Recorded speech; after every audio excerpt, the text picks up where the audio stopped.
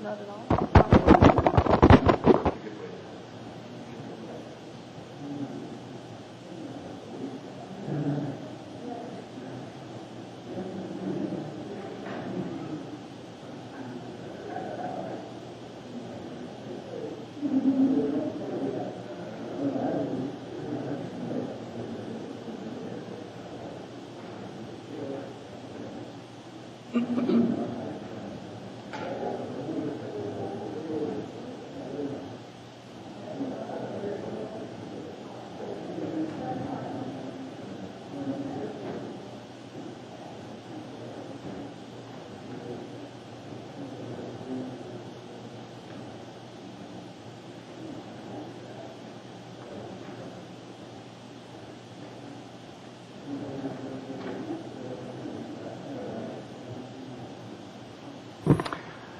Okay, let's get started. It's time for the Urban Design Commission meeting Wednesday, June 10th.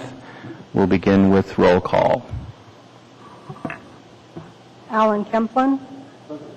Douglas Gassick. Here. James Doherty.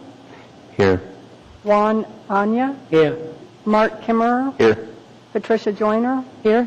Patrick Coleman. Here. Peter Briggs. Here. Next, we have the minutes that were in the packet for Wednesday, May 13th.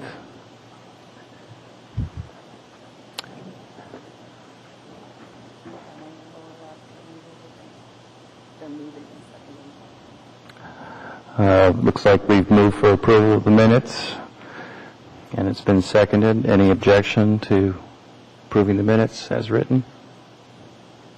Hearing and seeing none, those will stand as written. Next on the agenda is disclosures. Do any commissioners have anything that they wish to disclose? I have disclosures, Chairman, Mr. Chairman, on two cases, 2009-008 and 2009-069. In both those cases, the petitioning landscape architecture firm is my employer, so I would like to be recused from those cases. I think your conflict is pretty clear in that case. We'll excuse you. Any other commissioners? Yes, for UDC case number 2009-062 for the Comfort Suites, my firm provided design services. Design services relating to the signage? Of the landscape plan. And you wish to be recused? Yes, please. Okay. Are we okay in terms of the number of people that we have? Okay. Any other disclosures? Okay. So next is the consent agenda. We have a motion for approval. Moved by Commissioner Joyner, seconded by Commissioner Briggs. Any objection to passing the consent agenda? Hearing and seeing none, that will pass. Moving on to the regular agenda. Case 2009-008 for Walmart stores, a landscape plan review for the public roadway. Do we have a staff report? Yes, Mr. Chair. This is the concept site plan and landscape plan review for Creekside Center Drive from DeBar Road to Muldoon Road. The site and landscape plan review of the roadways before the Urban Design Commission to satisfy a requirement of the conditions of approval for the Walmart Supercenter and the Sam's Club site plan review. This project will complete the north portion of Creekside Center Drive. The south portion of the drive was completed earlier in conjunction with Begich Middle School. The continuance of design themes between the two portions of the roadway was a project objective. The proposed street tree sensation box elder will grow to a height of approximately 30 feet and a spread of 25 feet. The trees are located a few feet behind back of curb on the east/south side of the street. Care should be taken to ensure that growing tree branches do not impede traffic or pedestrian movement on the adjacent sidewalk.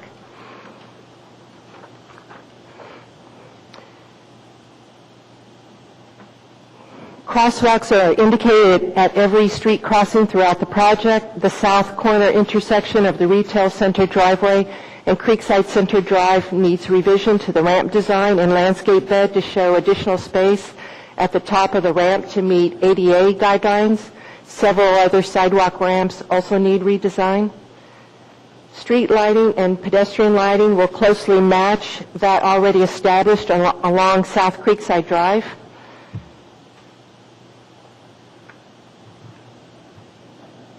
That's all I have. Is there a representative for the petitioner here tonight? There is. You care to make a presentation?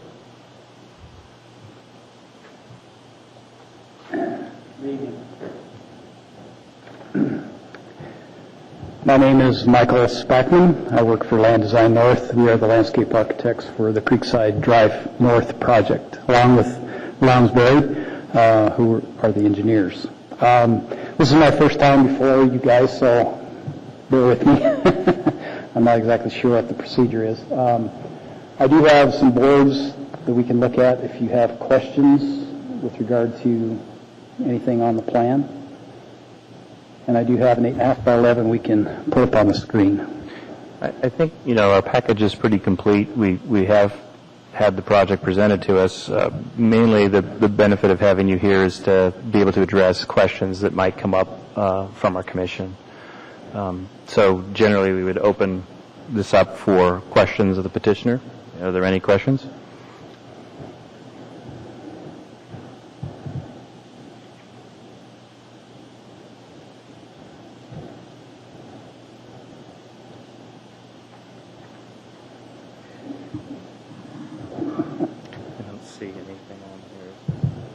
No? Don't you have? Yeah. You have a question? I do. It's not showing up on my... Okay. Sorry. We have technical issues with me, I think. Commissioner Briggs. I didn't know I got the technical issues. For the sensation box elder that was used across the way in the previous development for this, and this might be a question for staff as well, how well has that done? Did it overwinter well? So it appears to be a suitable species?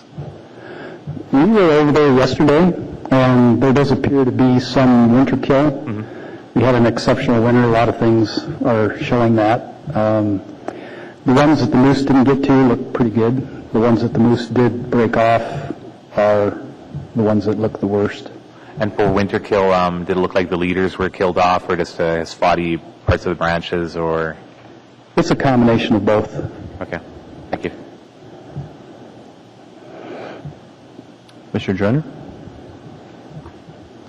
I was just going to comment on that and suggest you talk to them because the first 2 years they looked great, even though there were some cold winters, even colder probably, but two of the landscape architects had mentioned that there was a lot of dieback and they weren't sure the cause if it was a certain lot, so I was just going to suggest you. Yeah, it appears to us that there might be a pretty high percentage on would be the east side. The ones on the middle school side don't look quite so bad. We would be happy to entertain another species, another tree type, if we're just trying to maintain the continuity between what's already been done. And I didn't have a suggestion for another one. It looked nice the first 2 years. yeah, But that's worrisome at 3 that there's a large percentage. So. I believe Sharon will ask if we could put moose protection around those trees the first couple, at least through the warranty period anyway. Any other questions for the petitioners? I guess I have a couple sort of a general nature. Typically, when we see 7 different department recommendations, we want to make sure that you've seen those and that you're okay with these recommendations before we. Yeah, there were none of the recommendations that we saw that we would have any issues with addressing. So I believe Sharon did bring up the crosswalk, not enough space behind the crosswalks to accommodate the wheelchair turnaround, so that will be addressed. Yeah, so you've seen all 7 of these that are. Yes. Okay. And the other one was just sort of a general question. The Creekside Drive looks like it's set up to intersect East 11th on Muldoon, and I imagine that would be a signalized intersection. But what's the plan? That seems to be very close to the signalized intersection at East 12th that exists right now. Is that going to be removed, abandoned? Do you know? Not that I'm aware of.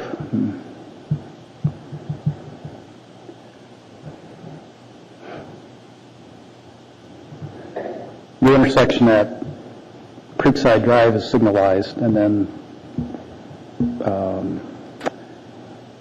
yes, I do believe that there will be a light where it comes out on the east over at Muldoon. Mr. Chair, I believe the other one's coming out. I looked for that because it was in the information. Okay. Yeah, it seemed like a very short block there. Charles just told me that the one at 12th is getting removed. So. Okay. And then, so there's no plan to connect Creekside to Old Harbor, not now or in the future? Okay. That's all I had. Commissioner Joyner, do you have an additional question, or were you just trying to? Okay. Any other questions for the petitioners? Okay, thank you. Matter now rests with the commission.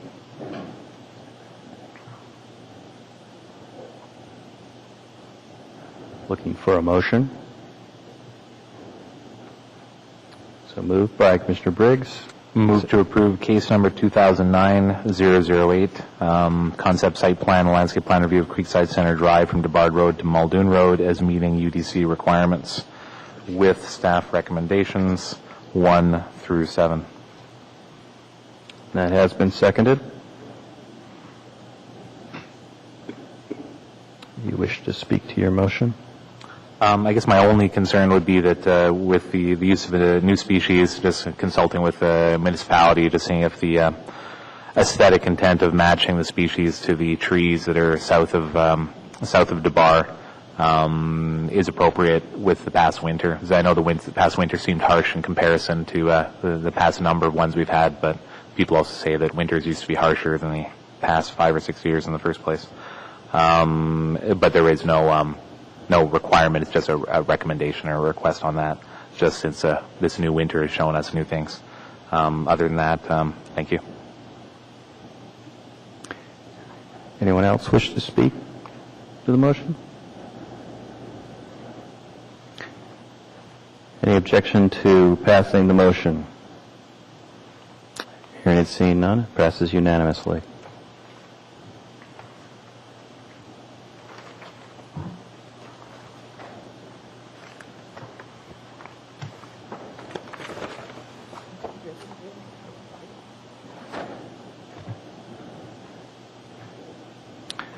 Our next case is 2009-069, site plan landscape review for public facility for the University of Alaska.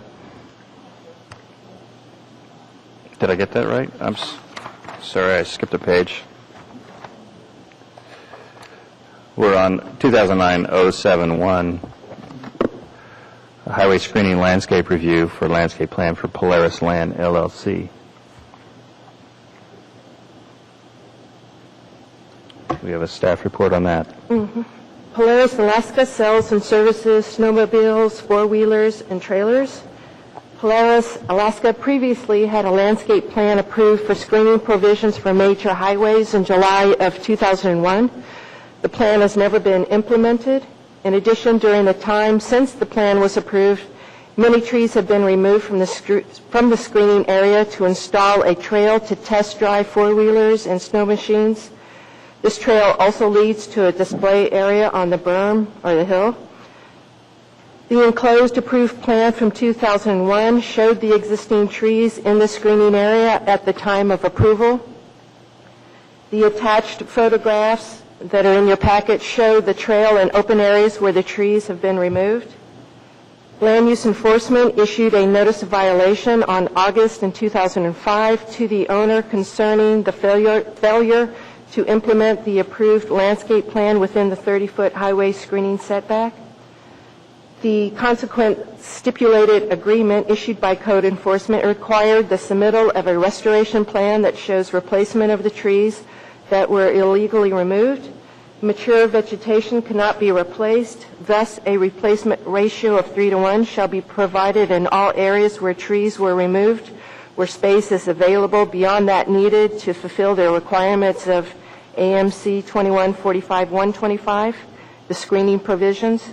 These trees may be either evergreen or deciduous. The stipulated agreement also notes that fines were reduced by $20,800 in exchange for the expense incurred in obtaining a landscaping restoration plan for UDC approval and plan implementation. The submitted landscape plan does not accurately reflect existing conditions. The plan shows many trees which no longer exist on the site. The submittal simply reused the tree survey that appeared on the 2001 landscape plan submittal without correction as to which trees still remain. The landscape plan does not show 2 rows of evergreen trees and 3 shrubs per tree in the open areas. In addition, AMC 2145-125 requires an average tree height of 8 feet. Bare root trees, as noted in the narrative, would be the optimal method to install the trees in the area where mature trees exist. In the screening area adjacent to the building, the landscape plan under review differs from that submitted in 2001, only in that it adds shrubs where there are large open areas devoid of trees. These areas require tree plantings, not only shrub plantings. The portion of the screening area in front of the outdoor storage area requires 2 additional trees to fill the 2 gaps where only 1 row of trees is shown. Shrub plantings are also required, although trees may be substituted for the shrubs at a ratio of 6 shrubs to 1 evergreen tree. That's all I have. Are there any questions for staff?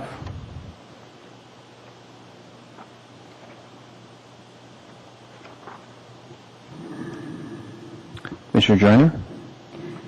Thank you.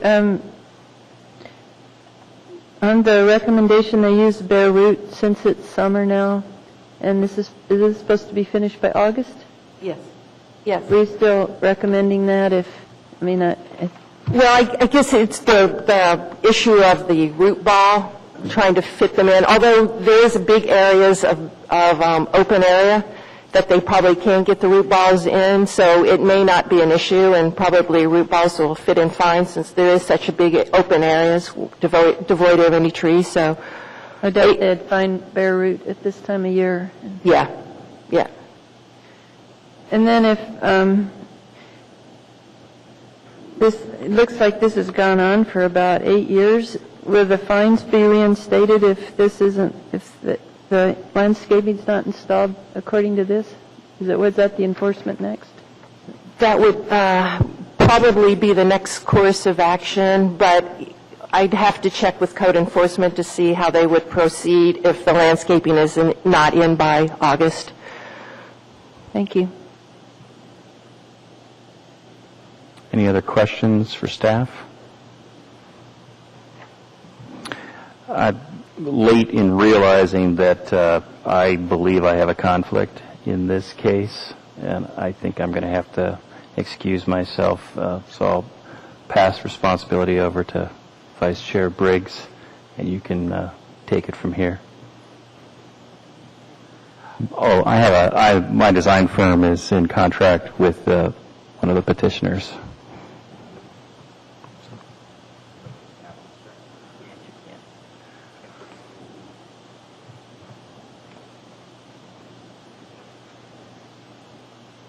Are there any additional questions for staff? Would the petitioner or petitioner's representative care to come forward?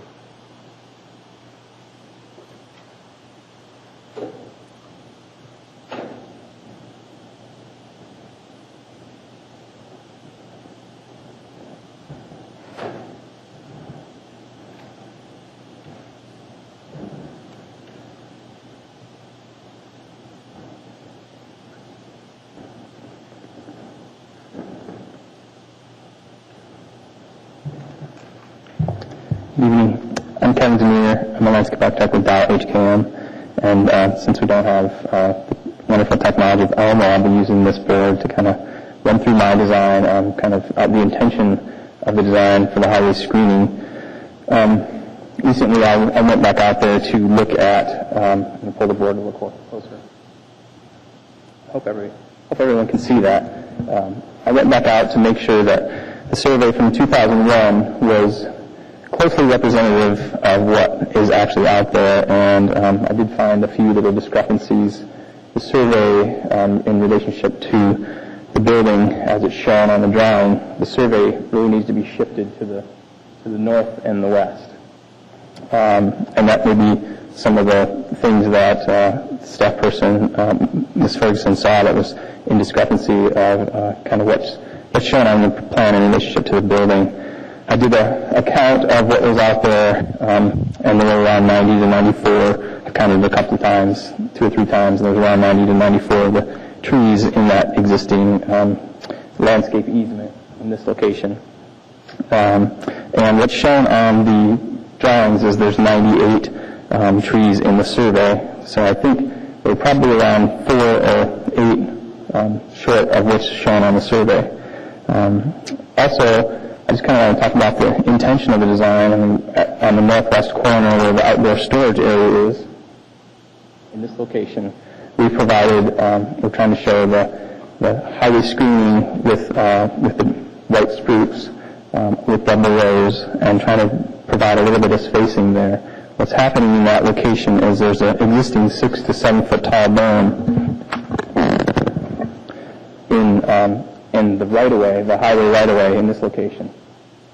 It's hard to see on some of the images, but from the highway, you're down 6 or 7 feet, so the tops of our 6 to 7 foot, that's 8 foot tall spruce trees would be seen from the highway, but just barely over that berm.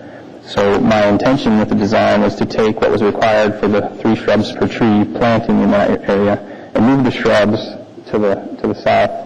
I guess that's to the southwest there, closer to the building, into where the existing mature vegetation is, and with the intention that we could use the required shrubs in that location where it could be seen, and it could provide even more buffer in that location.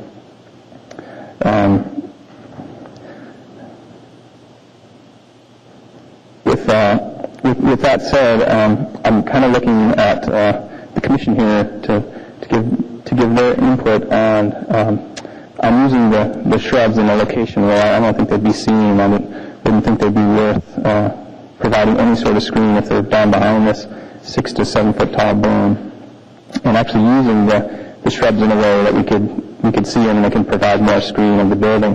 The existing trees in that 30-foot buffer are over 50 feet tall, and you can see the trunks in the wintertime. You can see through to the building. In the summer, the birch trees provide more screening. But I would look to the commission for some guidance on, if that makes sense to move the shrubs from that location over towards the building to provide some more understory. I've walked around there a couple different times, and in the summertime, I've kind of seen what the understory is. There's a bunch of willow growing up in there. There's sapling spruce in there as well. And the idea with infill or supplement of that existing vegetation, I'd like to do some smaller trees, and I don't think we'll be able to get the bare root material at this point. But we could do a smaller species or a smaller size on the spruce species to fit in with the existing vegetation in that location. And I'd be happy to answer any questions. And I'm interested in kind of discussing some of the conditions that were presented by the department. Are there any questions for the petitioner? Mr. Kimmer? Yep. Hi, Kevin.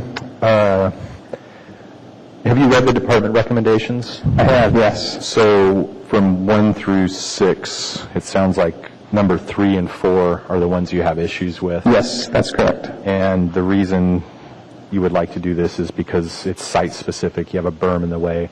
How about in the very northwest corner?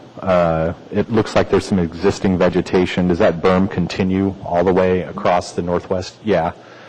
It does. It does continue probably mainly in the location where the outdoor storage area is. Okay. And I try to depict that in some of the plans or some of the photographs that are shown there. So you don't have any Photograph issues? 7 and 8. Yeah, photograph 7 really shows the berm well. You don't have issues with any 1, 2, and 5 and 6? 1, 2, 5, and 6, I do not have an issue. The white spruce, number 5, I've been talking to some landscape contractors, and they've been informing me that it's been difficult to get native white spruce that's nursery grown. So we may have to substitute. But the conditions that I would like to discuss are number 3 and number 4. I guess I have a question for staff. I mean, do we have the leeway to steer from the hard and fast rules in Title 21 on this? Through the chair, Mr. Kimmerer, there is no leeway for disallowing the shrubs that are required by code. As Mr. Demir pointed out, the berm is in the right-of-way. That berm could be removed tomorrow. So, as I said in my report, the petitioner has the option of either providing 3 shrubs per tree, or if they wish to substitute 6 shrubs and put a tree in there instead, that would be fine. But it's either the 3 shrubs per tree or the substitution of the shrubs for a tree. Is there quantification or previous precedent for these 6 shrubs trading for 1 tree? I usually, in the past, I've been using 3 shrubs per tree, but in looking at the price difference between shrubs and a tree, I think 6 is probably a fair estimate. Commissioner Joyner? You have a question? What were the shrubs that you're thinking of planting? Is it all roses? Roses. What's out there are native roses and willow and some spruce saplings kind of already in that understory. And to kind of go back to what Ms. Ferguson noted about the berm and the highway right-of-way, we've discussed or we've talked with DOT about the potential kind of expansion or movement of that on-ramp, and they said they have no plans of that moving or changing anytime in the near future. There's a chain link fence kind of down at the bottom of that berm near the highway side where there's a trail along the highway as well as that off-ramp. So we have looked into that in terms of potential for that berm to go away, and it doesn't sound like that's going to be going anywhere. Any other questions? I have a few. Could you just restate again what your specific concerns were with number 3 as well as number 4, just to reiterate? Yes. Condition number 3 mentions that it says provide a revised landscape plan for planning department approval that shows 2 rows of evergreen trees in all open areas in front of the building to meet C2145, 125, C3, including 3 shrubs per tree. I guess I would like to, we have in that location near the building existing vegetation. I'm willing to put trees in there.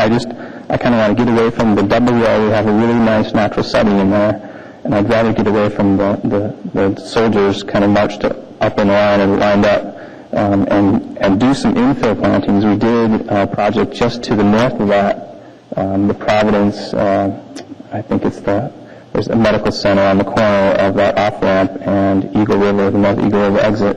But we did the same thing. We had mature spruce and birch, and we infilled it with 6-foot-tall spruce trees. And we just supplemented them in there. We didn't add the 2 rows of evergreen trees in there. So I'd like some kind of discussion about that in terms of trying to stick with the natural setting that's out there and use some supplemental planning as well. And then your concerns with number 4? My concerns with 4 are that I'm okay with the first sentence in terms of, if my understanding is correct, that we would have to add a tree, I guess 2 trees in the location where we've shown in the location of the outdoor storage area. I'm fine with that to keep consistent with the highway screening, to keep a double row of evergreen trees. However, I'd like to move the shrubs that are required in this location near the outdoor storage into the understory of the existing vegetation near the building. So I'd like that second sentence removed.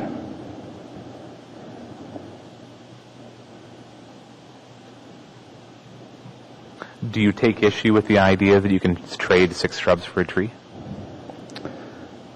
I'm just not sure that we have the space in there to do that in amongst the existing vegetation. In the old plan, we had, I think the old plan is in your packet, in the location of the outdoor storage area, we had 4 rows of trees in there. It was a mix of birch and spruce, and they were tightly packed in that 30 feet. I just would rather give them more space to grow to a healthy size. I guess what I'm partially trying to get at is that we are held by the requirement to have 2 rows of evergreen trees, 10 feet on center, etc. That sets up a linear design for it by which we can quantify the number of trees that are put in there.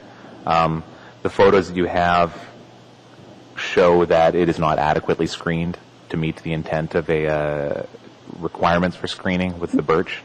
I'm personally not, the 3 shrubs per tree is required, but I don't necessarily see they have to be placed in the same location all the way along. They don't have to be sold rows. My personal feeling is that those do not necessarily contribute to adequate screening. So the shrubs, we could move in any location throughout the... I don't see language in here that says that it has to. The language in Title 21, this is my interpretation, is the 2 rows of evergreen trees and 3 shrubs per tree, but maybe I'm going out on a limb, but there's some aesthetic ability to manipulate the shrubs in regards to that. So and the reason that I'm mentioning my opinion on that is that the option to substitute 6 shrubs for a tree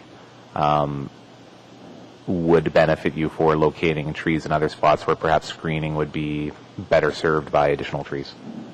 But I think that my underlying interpretation is that we have to meet the base math for this, have the correct number of evergreen trees, achieve the screening, and then beyond that, placement for shrubs and the such would be, I can understand your aesthetic desire to have a non-linear shrub.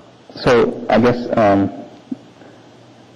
to be clear about the existing vegetation, we can, the commission here can look at that existing vegetation and determine if that is or meets the highway screening code, correct? I would believe so, or leave it to staff as well. And I guess I would have a question for Sharon. Sharon, is there precedent for the shrubs having to be done in soldier rows, or can they be grouped and massed as is appropriate for habitat or visual quality? I wouldn't have an objection as long as they're in that area. I would have an objection if we were going to take the shrubs that are needed in that area and then moving them over to the other area in front of the building. But as long as they're in that area, that would be Being a fine. reasonable proximity kind of thing? Right, Okay. yeah.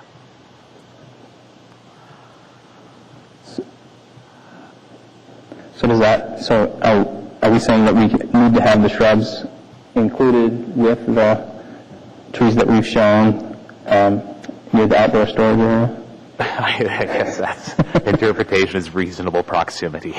I think as you have it shown it now, and Sharon, correct me if I'm wrong, but there's too much grouped in one single location rather than spreading them out a bit more along the length.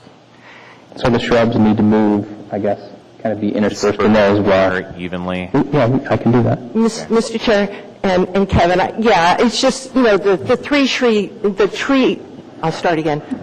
shrubs don't have to be necessarily at the base of that tree. That there are four, you could spread them out a little bit, that would be fine, but as long as they're in that area. Okay. And so I'll kind of phrase this as a question. If we were to provide direction, you were to submit a revised landscape plan that provided the evergreen trees per the formula, as well as shrubs per formula, dispersed a little bit more evenly to meet staff's concerns, would that be acceptable with you? I guess I would, maybe I'll kind of clarify what I've heard, and what we need to show are in that northwest area near the outdoor storage, the double row of trees, however they're organized, and then do we need to have, I guess, the quantity of shrubs that would be required in the existing vegetated area? If we took the linear footage from where we don't have any trees, or I guess where we do have the existing vegetation, and calculated linear footage and figured that many trees, double row of evergreens, and then that many shrubs. It has to meet the math. And I guess the underlying thing is that essentially one tree every 10 feet is what it works out to for the math. Yeah, and that's why I kind of go back to the Providence Medical Office building that we did just to the north of here, where we had existing vegetation in there. And again, it was almost near the off-ramp, so it was hard to see anything that was in the understory, but it was really tall, spruce and birch, that we we kind of supplemented. We didn't do a double row of the evergreens, but we supplemented, and I don't know how many, and I don't know the linear footage, but we've just kind of added trees in where we saw holes or spots that we could safely put them in and not damage any of the roots of the existing trees. And I guess that's kind of what I'm asking to do here. Another question for staff would be, is there any precedent for the reverse ratio of trees to shrubs? Is if there is an abundance of trees that act for screening in a certain area, would that potentially reduce the amount of shrubs needed? And it specifically being that introduction of shrubs into the existing birch or whatnot could potentially damage the birch? Well, there are a few issues here. In the open areas, those are going to have to be filled with evergreen trees.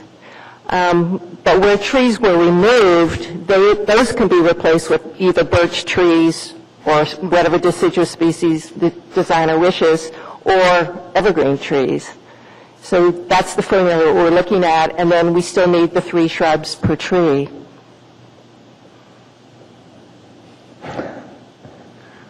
Is that clear to you? I think that's clear as my drawing, and I'd like to stick with kind of supplementing the existing vegetation with evergreen trees, and we could do 8 foot because we have space in there to do that 8 foot tall. And then I would like to move, I guess I can move the required shrubs, the 3 shrubs that are required for each tree throughout the whole length of the project site.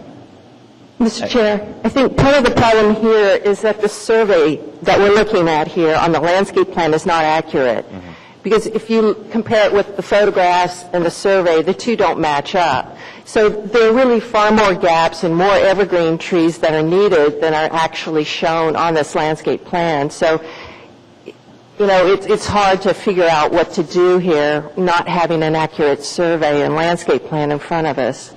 So for the provision of a revised landscape plan, then, if it is just a staff review for that, would be the provision of the plan to the best of their abilities and then good photographs of the areas where they're proposing interplanting or that kind of thing? Is that what you would be looking for?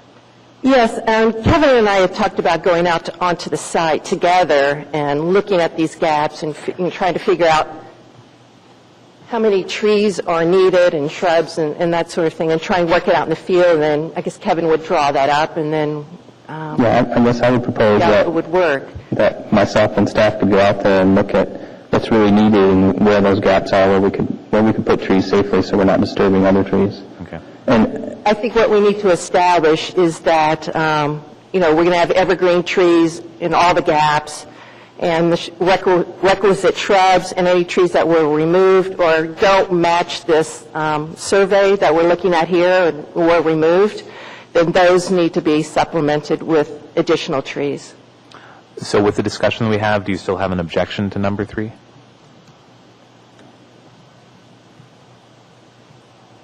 I think that if myself and staff goes out and looks at those areas, I think we can resolve it.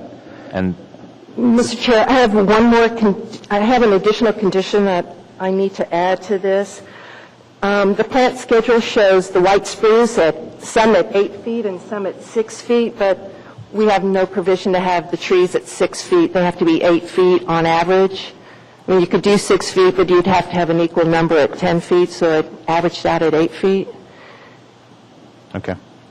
So I would like to add an additional condition, number 7, that reads, spruce trees shall be 8 feet in height in accordance with AMC 2145-125.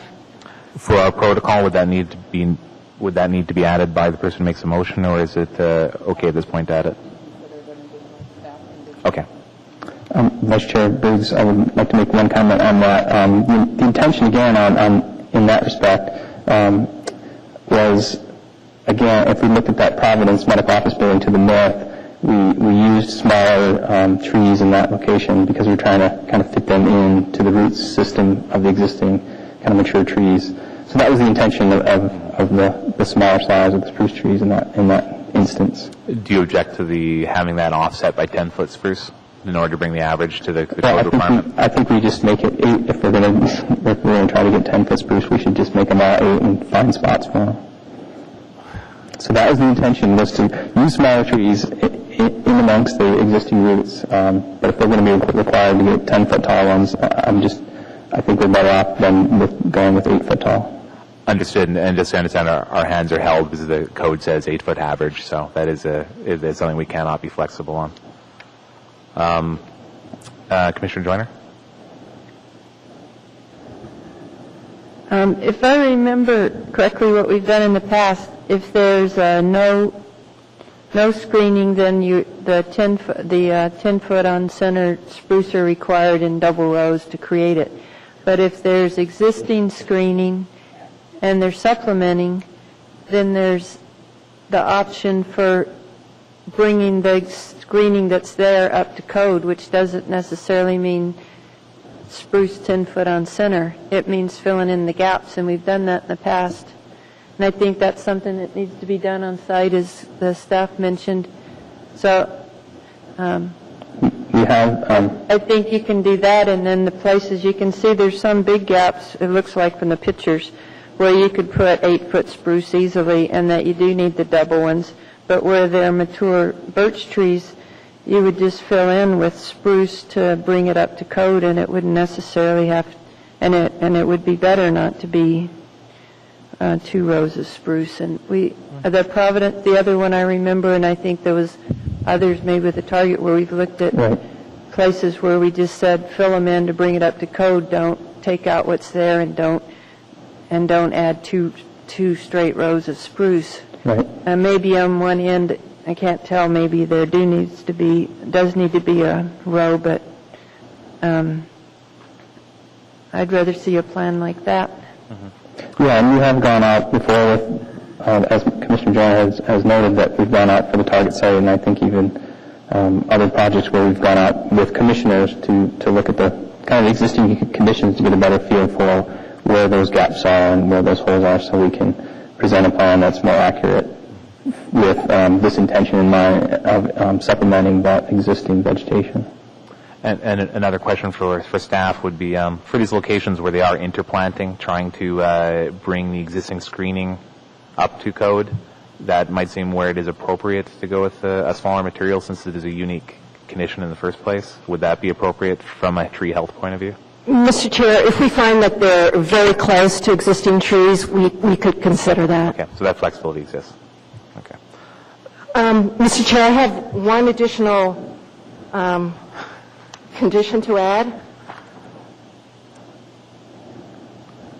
Yes? I'm writing it as and that is number 8, and it reads, trees that have been removed since 2001 shall be replaced at a ratio of 3:1, where space allows.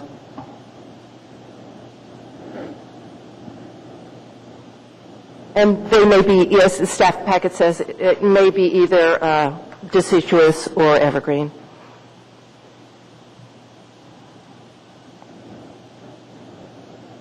Could you please repeat that for Yes. minutes? Trees that have been removed since 2001 shall be replaced at a ratio of 3:1, where space allows.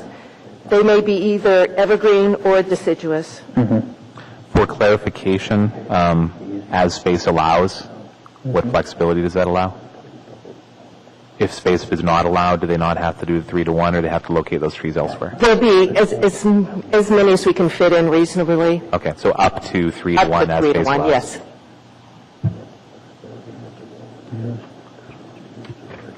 Commissioner Joyner? I just wanted to clarify that too, is that as space allows according to staff or the petitioner? Staff? And does it mean 3 trees in the same space that one? No, they'll be spread out where space allows. So for my final clarification then, just going back to points 3 and 4, within our discussion, does item 3, do you have objections to that still, or is that, since it's open to working with staff, is that acceptable? I would say it's acceptable since we can work with staff on it. And then the same question for number 4. Yes. I do not have issue with Condition 8. I was just going to ask if you have additional with that. First of all, do you have any issues with added condition 7? And Condition 7, could you repeat that for me? Someone can.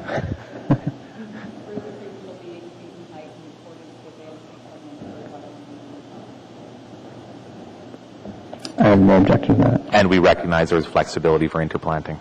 Okay. And your item number 8?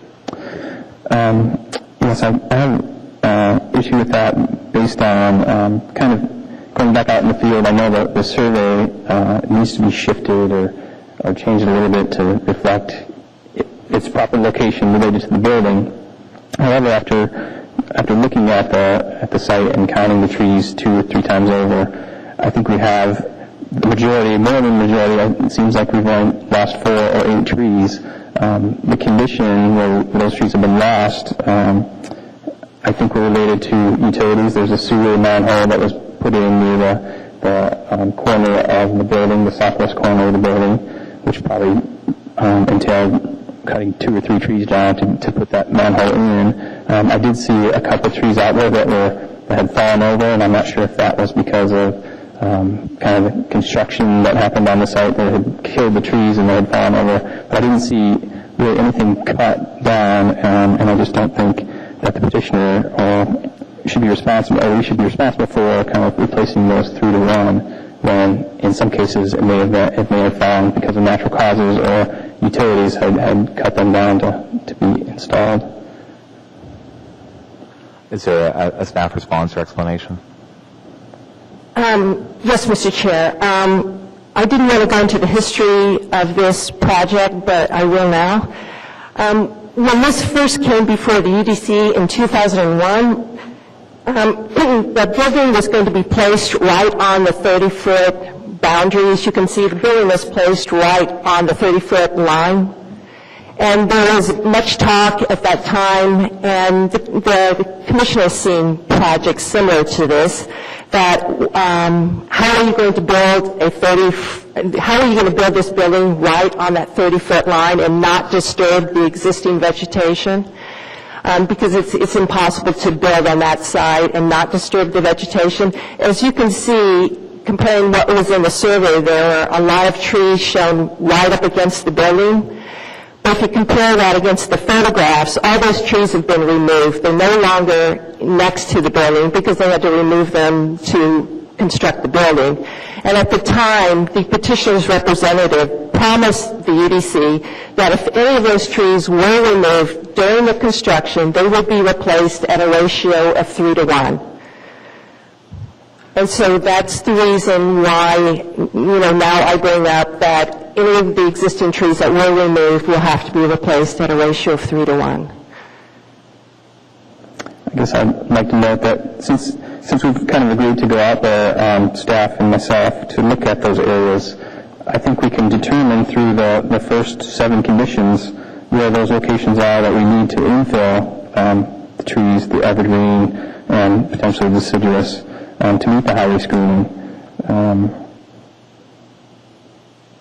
So I feel like we can, once we're in the field and have a better understanding of what's really out there, as the survey is a little bit confusing, and once we get out there and look at the amount of trees that are out there, the amount of trees that are still existing next to the building, some that are 4 or 5 feet out there, then maybe we can determine where we need to infill, and once we do that, then we will meet the requirement and won't have to kind of replace 3 trees, 3 trees for 1 tree that's been cut down or that is fallen.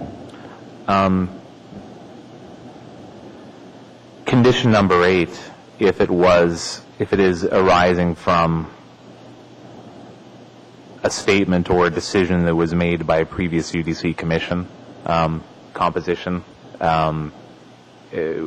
my feeling, and I think staff, is probably fair in having that on here, because as a previous board or commission had a requirement on a petitioner at the time, I don't know if it's within our proper ability to change that from previously. So based upon a staff's recommendation, I guess, do you understand and accept it within that statement, or you don't have to say anything? I understand. I'm just, I've been looking at the site and trying to figure out, what's happening with the survey and how it's related to the building, and the amount of trees out there are substantially the same as what's on the survey. There are, again, like I've said, a few that have fallen over, and it doesn't look like, and we can go look. I mean, we can see which ones were cut. Obviously, there should be a stump or something, but we could determine that in the field and meet the intent of the highway screening by having myself and the staff out there and filling those holes where we need to fill them.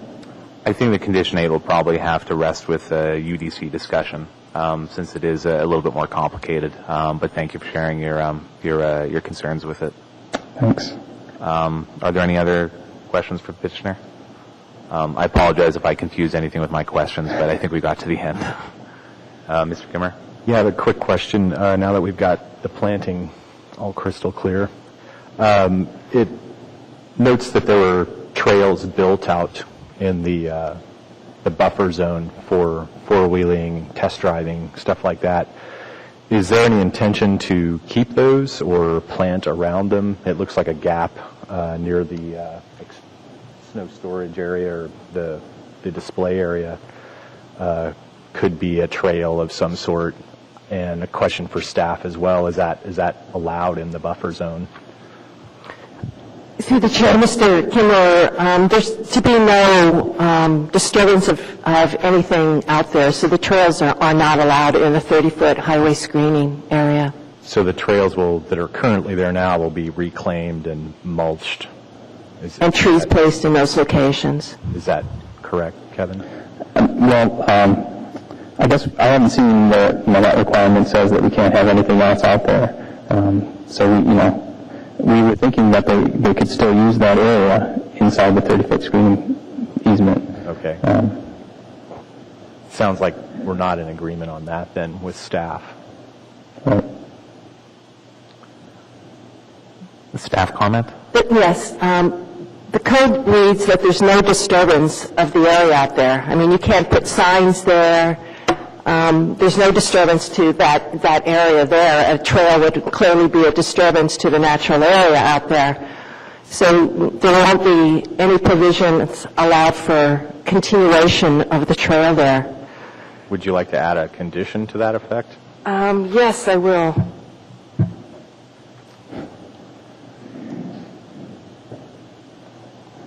Any existing trails in the highway screening area shall be removed and reclaimed with trees and shrubs.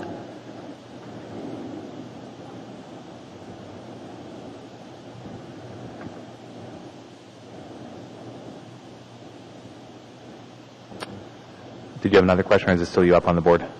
Commissioner Kimmerer? I'm all done. Any further commission questions? We will entertain a motion for approval.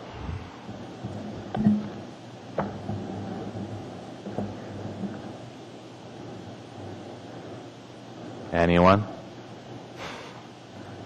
Commissioner Kimmerer? I'll take a stab at it.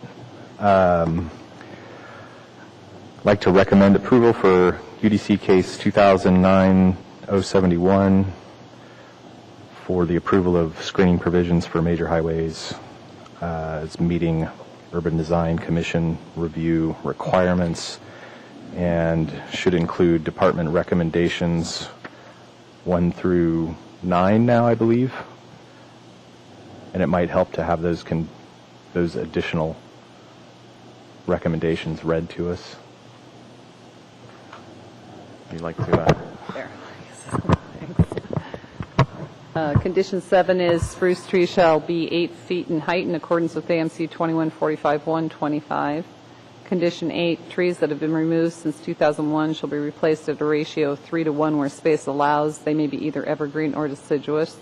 And condition 9, any existing trails in the highway screening area shall be removed and reclaimed with trees and shrubs. One change to that would be a ratio of up to 3-to-1. Do you wish to speak to your motion? I would actually like to add to, I think, 3 and 4 that staff and the petitioner will visit the site to determine the best distribution of the plant materials required for the lineal footage of highway screening. Is it easiest just to add that as a item 10? Sure, we can do that.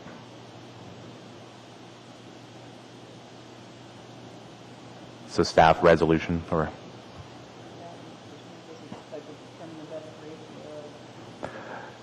Shall meet on site to determine the best distribution of the required plantings to meet highway buffer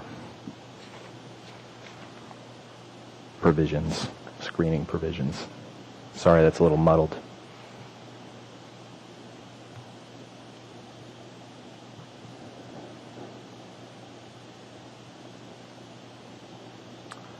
We have a second. Would you care to speak to your motion?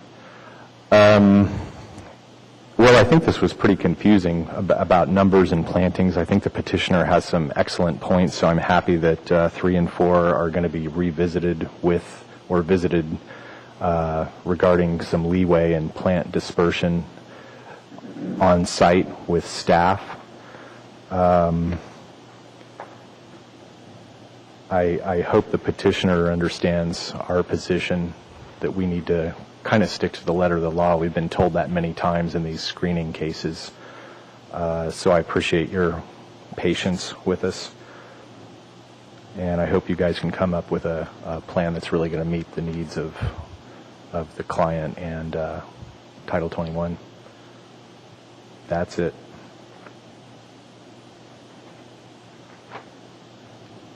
I would like to suggest maybe somebody might want to make a friendly amendment for the restoration of trails.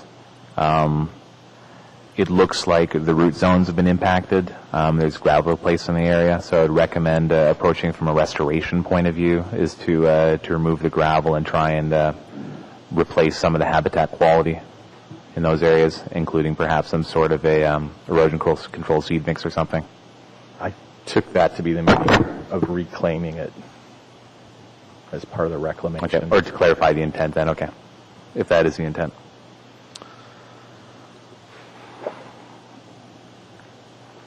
Anybody else wish to speak?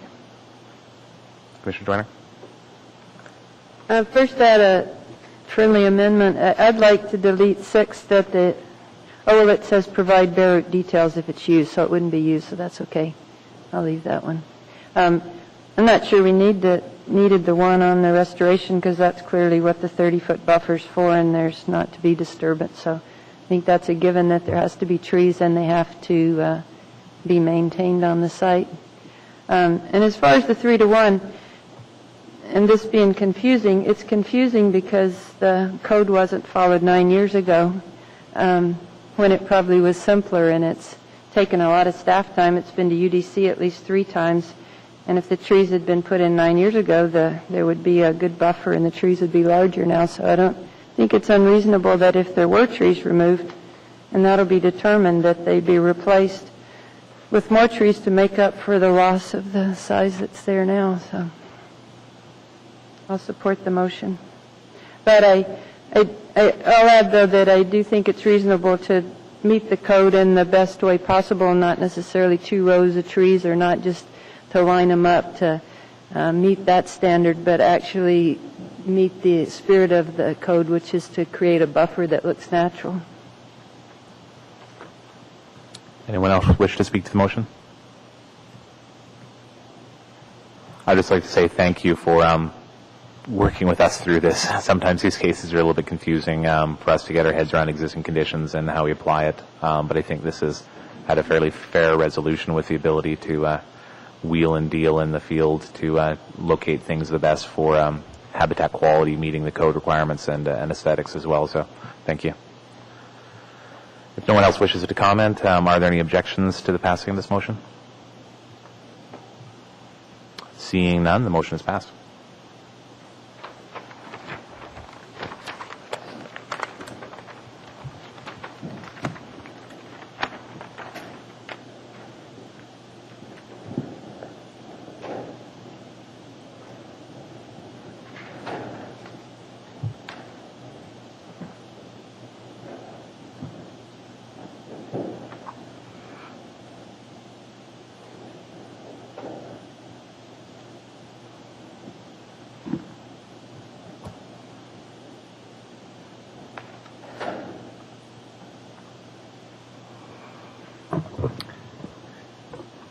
The next part of our agenda is for public hearings, and recently we've had some confusion about process and procedure, so I've been told that it might be a good idea to actually read what our process is and the procedure by which the public might speak for a public meeting.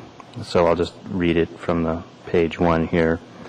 The procedure which the public may speak at an Urban Design Commission meeting is 1. After the staff presentation is completed on public hearing items, the chair will ask for public testimony on the issue. 2. Persons who wish to testify will follow the time limits established in the Urban Design Commission Rules of Procedure, which are threefold. For petitioners, including all of the representatives, they have 10 minutes. The rebuttal by the petitioner may be allowed when time has been reserved. Second case is representatives of groups such as community councils, PTAs, etc. will be allowed 5 minutes, and then individuals wishing to speak will be granted 3 minutes. When your testimony is complete, you may be asked questions by the Commission. You may only testify once on any issue unless questioned by the Commission. Procedure 4, an individual may have appeal rights relating to any action the Urban Commission takes. appeals must be filed with the clerk's office within 20 days after the Urban Design Commission's final decision. And then the last is any individual may request written findings from any commission decision within 7 days. So our first case for a public hearing tonight is 2009-062, B&L Motels Incorporated, doing business as Comfort Suites, requesting a sign variance. The petitioner is before the commission tonight to seek a variance which would allow a sign to exceed the amount of sign area allowed under AMC 2147-040, which pertains to signs in residential districts. Signs in these districts do not allow the total sign area to exceed a 1/2 square foot of sign for every linear feet of primary building frontage. The current identifier sign on the south side of the building measures 98.56 square feet. The linear feet of the primary building frontage measures 230 feet. Therefore, a 1/2 square foot is 115 square feet. This is the total sign area allowed for the hotel. The building is allowed the difference of 16.44 square feet. The petitioner is requesting one 10 by 10 foot sign on the west gable end of the hotel. The 100 square foot sign exceeds the sign area amount allowed in the residential districts by 98.56 square feet.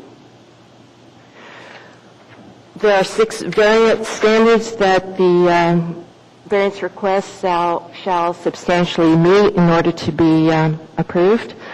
I'll start with number 1. Special conditions exist which are peculiar to the land involved and which are not applicable to other land in the same district, deprive such property of the ability to display signs. This standard is partially met. The trees in the road right-of-way somewhat screen the view of the freestanding sign. Photographs taken from West International Airport Road clearly show the freestanding sign is not concealed from view, and that's shown on photos 16, 17, and 18 in your packet.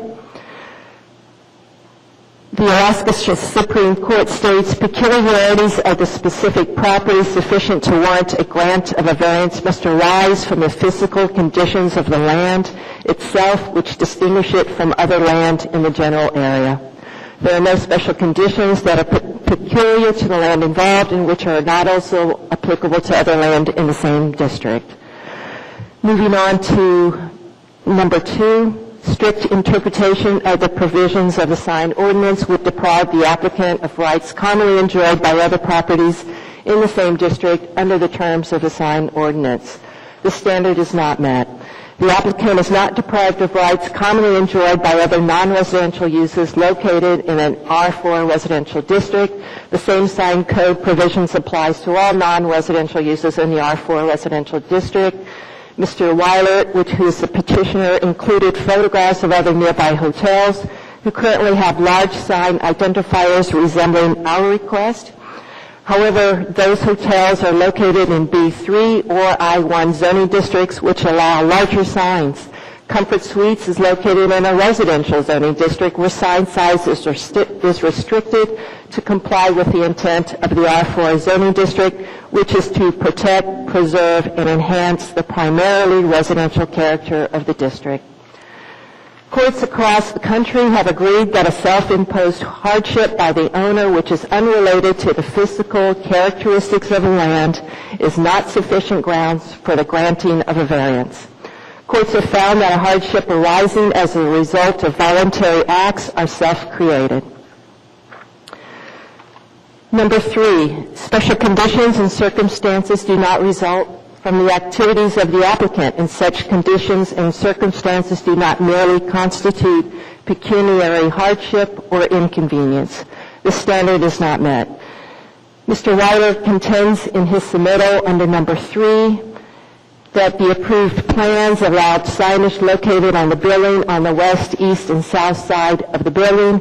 The signature by Mr. Richard Thornton on the electrical site plan does not constitute a sign approval. Mr. Thornton is an electrical inspector. His signature does not approve the sign locations or number of signs. His signature simply means that the signs meet the electrical code. Comfort Suites received a sign permit on November 4th of 2008 for the freestanding sign and the wall sign on the south facade. No other sign was permitted. Mr. Weiler contends that the hotel has experienced financial hardship due to the inability of guests to find the hotel and the hotel's heavy dependence on using identifiers to attract travelers who are in need of a place to stay. Without the signage on the west side of our building facing a main thoroughfare, we are unable to attract clientele. This situation constitutes pecuniary hardship and inconvenience and is not considered a valid reason to grant a variance. As noted above, restriction to a less profitable use is not sufficient to justify a variance. Comfort Suites made the decision to locate a hotel in an R4 residential district and thus must comply with the restrictions of that district. This is a self-imposed condition and is not sufficient grounds for the granting of a variance. Number 4, granting the variance would be in harmony with the objectives of the sign ordinance and not impair the integrity, character, utility, and value of neighboring properties or otherwise detrimental to the public welfare, and shall not permit a use that is not otherwise permitted in the district in which the property lies. The standard is partially met. Comfort Suites is bordered by residential properties on 2 of the 3 sides. The requested sign would face an I-1 zoning district and West International Airport Road. It would have little detrimental impact to the industrial property. However, public welfare would be affected by the additional sign as seen from the road and would add visual clutter to the road corridor. Number 5, granting the variance will not materially add to the visual clutter or visual blight. This standard is partially met. The sign requested is not wholly out of character for the location. The sign appears to be of typical hotel sign quality.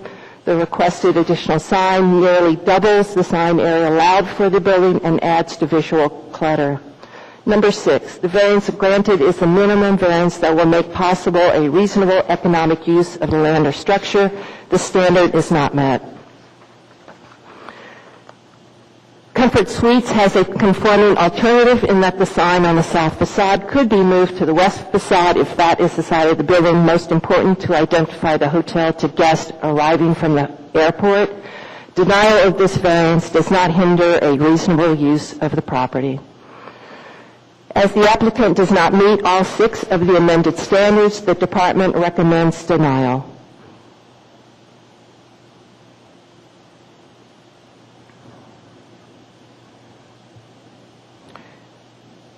Is there a representative of the petitioner who would like to make a presentation?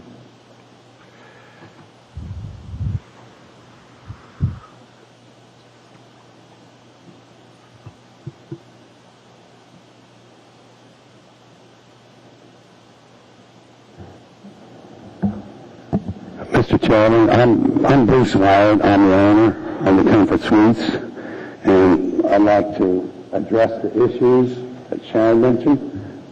For starters, I want to go over the number 1. I want to go over the plans that were submitted, and basically you all should have a copy of them. And if you look on the plans,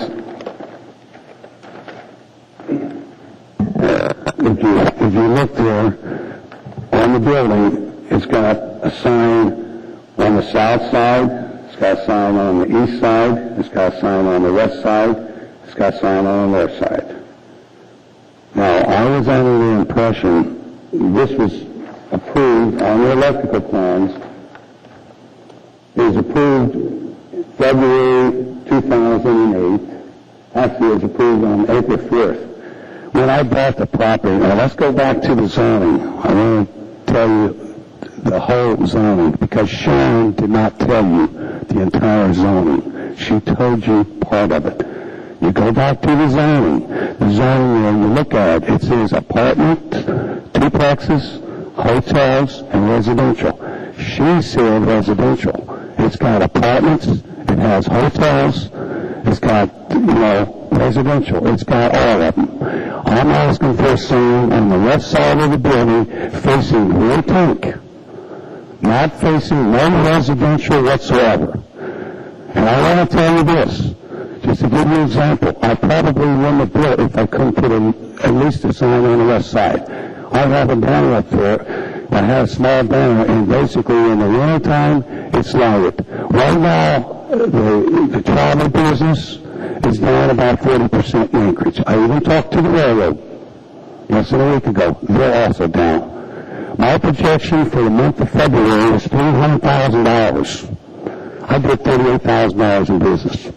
My projection for March was $300,000. I did $33,000 in business. April, $33,000 in business. I spent an extra $2 million on this property, and basically, I didn't realize that I could not have even a sign. When I went to get my sign permit, folks, I ordered my signs in August. I went to get my sign permits in November, and they said, no, you can't get a sign permits. Now, I was under the impression I could, and you look at my building right now. That is zoned for hotels, it's zoned for apartment complexes, it's zoned for housing. There's not one house on the west side of me. It's grand tank with steel tanks, gasoline tanks, oil tanks, you name it, septic tanks, everything is there.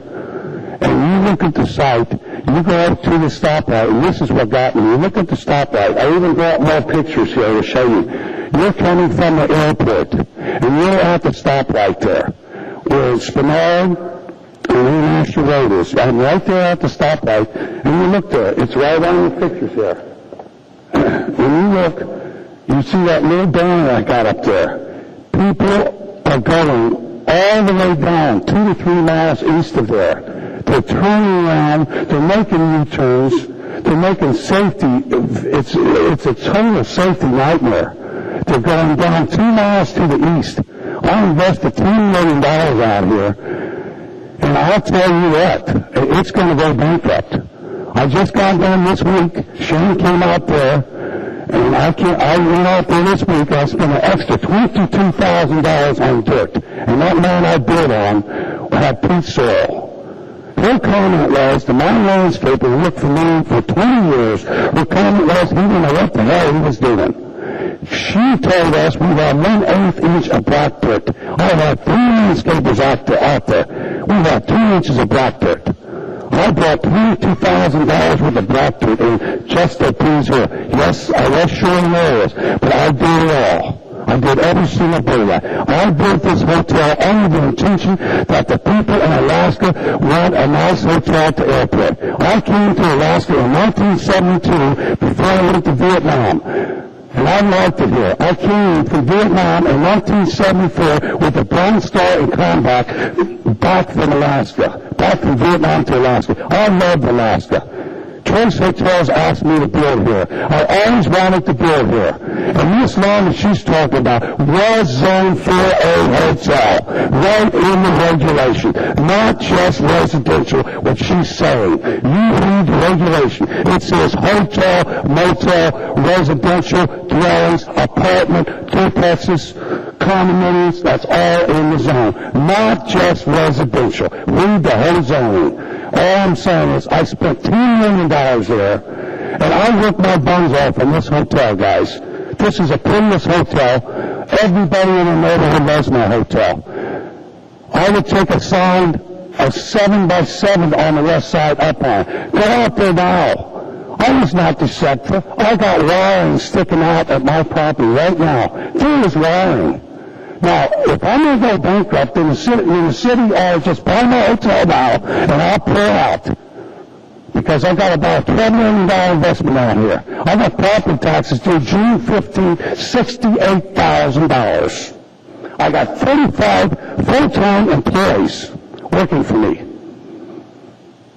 I got a bus that runs to the airport. All I'm asking for is a sign on the left side. Alaska is supposed to be pro-business, and all I'm asking for is to make it so my business does not go bankrupt. You look at this, why did the city approve this as a hotel? Why was it designed for a hotel? If you not want us to have a hotel, that's like a hospital, having a hospital and not letting the doctor practice there, but yet you have a hospital. Well, yes, it is a hotel. It was zoned for a hotel, not just residential. There's not a neighbor in here now complaining about me.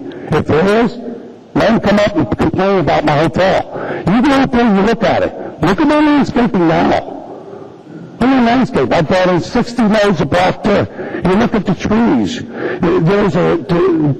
There's so much, we did so much in this area. You cannot believe the money I spent. I spent an extra $3 million building this hotel. I mean, I've been building hotels for 20 years. And I've always had a dream. My son graduated from college. He's here to work with me. My wife is up there to work with me. We work here as a family. We are a family business. BNS stands for Bruce and Linda Wyatt. I've had one traffic ticket in 25 years. And I employ 300 people at my other hotels. I love Alaska, and I'm going to tell you what, the people in Alaska have been good to me, and I've been good to them. All I'm asking for, when I went in there to sign Calhoun, all I was asking for, I says, I got to put a sign on the west side of my building. We got all the wiring. And ask the people, folks, this is the wiring. I didn't ask for a great big sign. I put a little sign up there of 6 by 6. All I'm asking for in the wintertime is to have a lighted sign on the west side of my building. I've got pictures right here, and you guys can look at these pictures. You can pass me on. Look at all the trees. There's thousands of trees where it's rainbow. I'm going to go there 2 fronts. I have International Road going east and west, but you look at all the evergreens. If you're at that light, you cannot see my little sign on the south side. Take the little sign on the south side and throw it away. Because that sign on the south side means nothing. Because you're already past International Road and Spenard Avenue. You go past it. All the other hotels have big signs. They should have never let me build a hotel there if they wouldn't let me have at least a sign on the west side. There's thousands of trees. The trees block the whole visibility where everybody goes past Spenard Avenue. They go past it. They're already past me. And then they're going down the street up in National Drive and say, hey, there's the Comfort Suites. So they go 2 miles to the east, and when they're 2 miles to the east, they turn around in the middle of the intersection. And it is a nightmare for those people. They end up all the way down to Motel 6 trying to turn around. All I'm asking for is a little sign. If you don't want to give me a 10 by 10, let me put a 6 by 6 up or 7.6 by 7.6. All I want is a sign on the west side to make my business the same as the other hotels. Now, I can understand if it's residential. Do you have one resident in here complaining? It's next to Grill Tank. It is a commercial business tank on the west side. And I did the prettiest landscaping out there in the world. I ask any of you to go out there and just look at it. But basically, I'm telling you right now that we are not causing no hardship. When I was stationed in Vietnam, I'm sorry, but all I'm asking is, I want to make one comment. I'll be finished here. I'm asking this, my closing comment. In closing, the sign regulation is causing a hardship on Comfort Suites by not allowing Comfort Suites to communicate effectively with its customers for safety reasons. The approval of this village will not impact local residents. That's all I'm asking. And if you want to let me have a 10 by 10, please let me have something. Let me put a lighted sign where I have a banner up there. In the wintertime, it is totally dark. It's totally dark up there. You can't see nothing. A little banner doesn't mean anything. That's all I'm asking. We'll allow you to address some questions from the commission. Okay. Commissioners?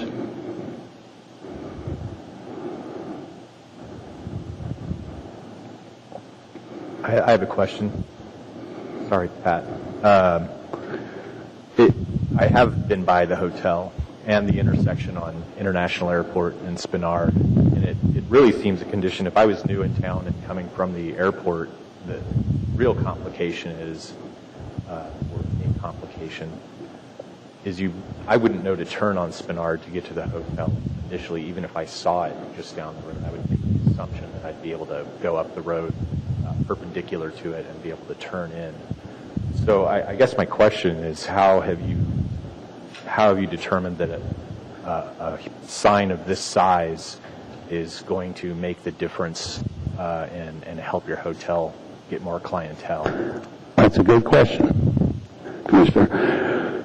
You look at the picture, if you look at the one picture where you see a little banner, right there is a stoplight that shows you an arrow. You see on the picture here, it's got an arrow there. Okay, you're at the stoplight at Spenard and International Road.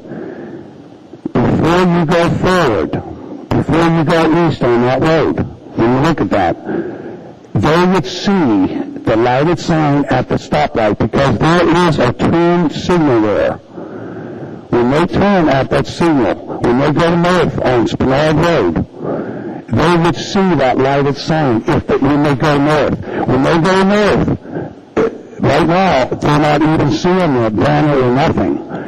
Because when you go north, a lighted sign on that property up where that little bitty banner is, they would see it because Comfort Suites, it's got its distinct family. Choice Hotels has got its distinct family. And I brought a picture of what it would look like. It would be a lighted sign on the west side, and when you're turning, you're stopping in a turn lane. See, it's the people going north that can't see it. They see a banner. A lighted sign up there, they're going to see, and then they will go north and turn on Furnace Road. You see, there's no turn off on International Road. Mine's Furnace, and I have a disadvantage there. You can't believe what the guests are saying. I can show you surveys. They're saying, we have a problem getting here because we don't know where you are. February, March, April, when it was dark, I mean, guys, I lost $50,000 a month. You mentioned that the sign here is 9.6 by 10.4.5.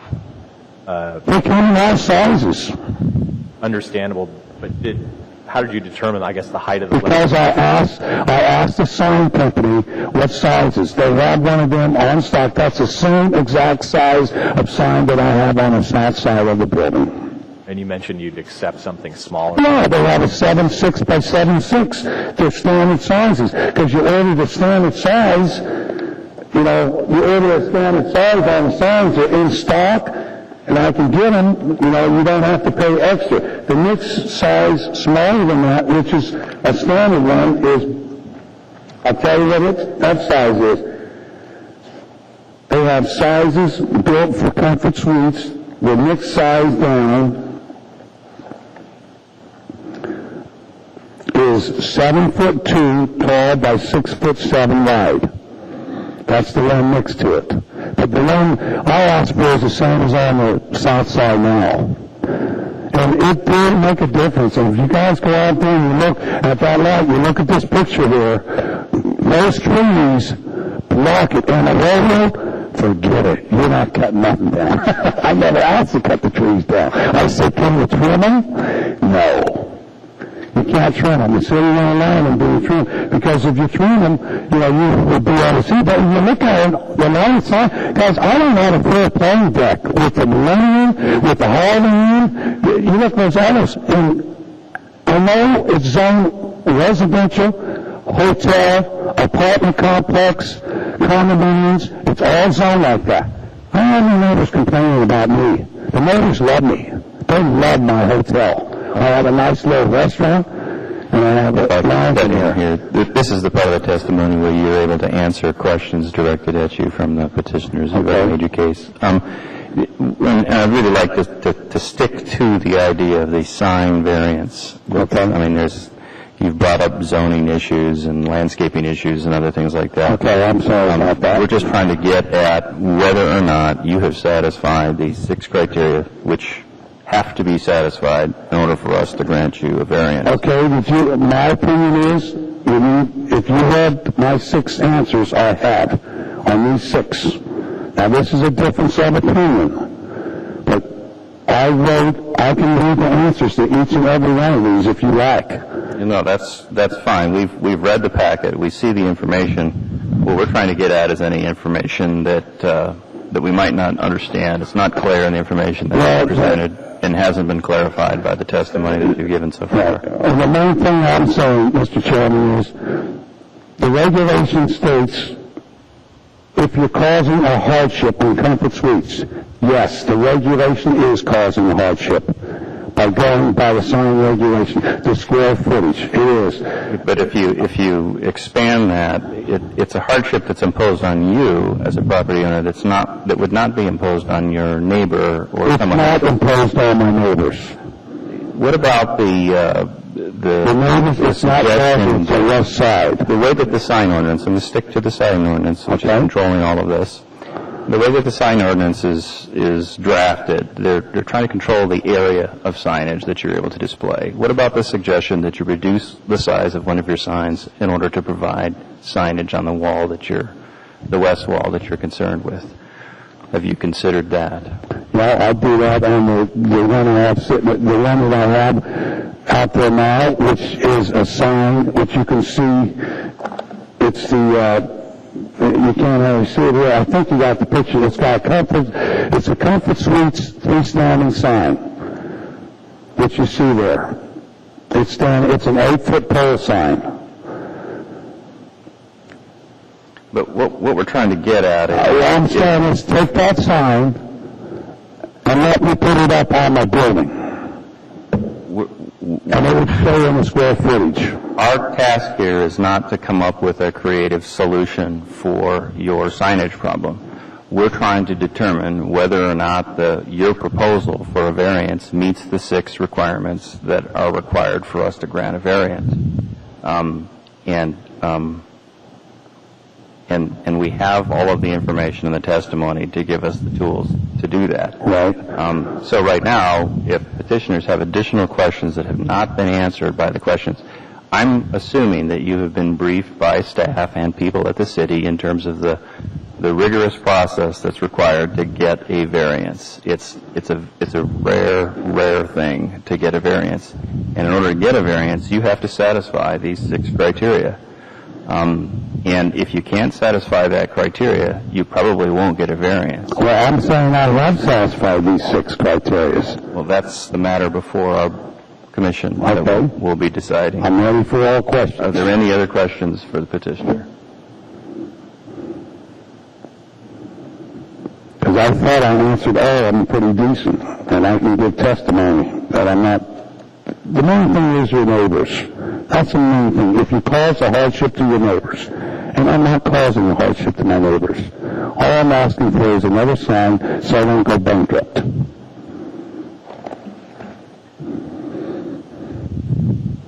Commissioner Coleman. Thank you. And I have a real hard time with variances because I understand the problem you have, but I also know that there are a lot of people in this community that have followed the regulations and don't require variances. And so, we have to carefully consider this. But I have a question for staff. If this were zoned business, how much sign area would be permitted? Through the chair, Mr. Coleman, I don't have that information in front of me, but I know that he would be allowed additional sign area than he would have under a residential zoning district. Thank you. And so when you had this problem, did anyone advise you that another option perhaps is to consider rezoning the property? No one advised me or nothing, because I know it was zoned. I know the zoning said hotel. It said apartment. I looked in Title 21. The hotels are a permitted use in this R4 district, but because it's a higher density residential district, that I don't know why a hotel is permitted in here. I didn't write the code, but yes, it is allowed, but the sign requirements are more restrictive. And so I'm just wondering why at the time of construction, were you aware of this difference, or why perhaps you didn't consider going through a rezoning process rather than the variance? Because they're not all that much different, are they? I mean, going through rezoning versus variance. Rezoning is a lengthy operation. In getting that through, you'd have to go through the Planning and Zoning Commission, and you may or may not, get approval for that rezoning change. Correct, but that's true also for variance requests. I spent 3 years on this project. That's how long it took me to get it approved. And I never realized, Commissioner, I couldn't put a sign on the west side. It was the square footage of the signs. If I would have known that I couldn't put a sign on the west side of the building, I probably wouldn't have built. There's smaller signs. There's different signs. I never realized that I had a pole sign. I thought I could have a little sign on the west side. Now, there are different sizes. I could have made the one on the south side smaller, but I did not do that because, a 10 by 10 or 9.6 by 9.6, it's the standard size. So I thought putting one on the west side, I was shocked. You read my letter. I was shocked when I went there in November to get the sign permit, and they told me you cannot have one. And it wasn't him. I thought I could because they approved it on my electrical plans. They never told me once I couldn't have it, and it was approved by the city. All right, we understand that. So, we're allowed to there. And I guess to try and stay, is it possible to stay within the requirements with the existing signage you have by moving it around? Square footage, there's one thing that we could do. Like I said, you have the pole sign. It's an 8-foot pole sign, and you should have a picture of it there. At 8 foot, it's like 10 feet by 4 feet. Or it's 10 feet by 5 feet, or 12 feet by 5. It's about 50 or 60 square feet, something like that, the standing there. I could take that sign there, and I could stick it on the west side of the building, and it would be in the square footage of allowed for the hotel. By taking it, moving it, and just letting me put it up high, I could put that sign up high so people could see it when they turn instead of having the safety issues and everybody complaining. I would take the pole sign down and I would move it and put it on the west side of the building. And it would be the same square footage. I'm not sure you need our permission to do that if it meets the requirements of the law. It's square footage, though. Right. Right, and I just want to reiterate, we're only here to hear the issues related to variance. And I think, this discussion is trying to help you to realize that you may not be painted into the corner that you think. You may have some options to accomplish your business needs without receiving a variance if that's what happens. But you need to look at all of your options. No further questions, Chairman. Commissioner Ania. I have one question for you. When you bought the land or doing the design, the construction, were you aware that this area was from R4? I was not aware of this whatsoever until I went to get my permit. I ordered the sign in August. I was not aware that I could not put the sign on the building. Yeah, but were you aware the area was shown R4? Was I what, sir? R4. The area is on residential 4. Right. You knew that it was R4 for that area. When you bought the property? I was aware that it's a residential hotel development, an apartment. On the R4, it has hotel development, and it also has apartment complexes and condominiums. It's a residential apartment. On that, it's got uses, hotels. They advertise the land for hotel, condominiums, and apartments. And I thought everything was okay until November 8th. I wasn't going to put a big sign, but I wanted to put a sign over it. That's why I still have the wiring out of the building. But I was not aware I couldn't put a sign over there. The other question for Sharon. Sharon, you are saying here that he's allowed to have a 60 square feet of sign in the wall? To the chair, Mr. Nia, that's correct. No more questions. Are there any other questions with the petitioner? Okay, you may be excused. Do we have any representatives of groups that wish to testify? Or any individuals? Okay. With that, the matter rests before the commission. And therefore, the public hearing is closed.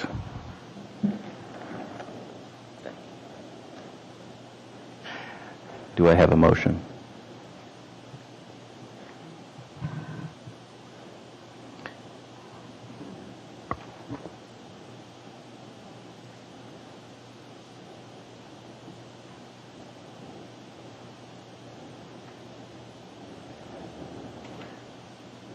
Somebody, anyone. Commissioner Coleman.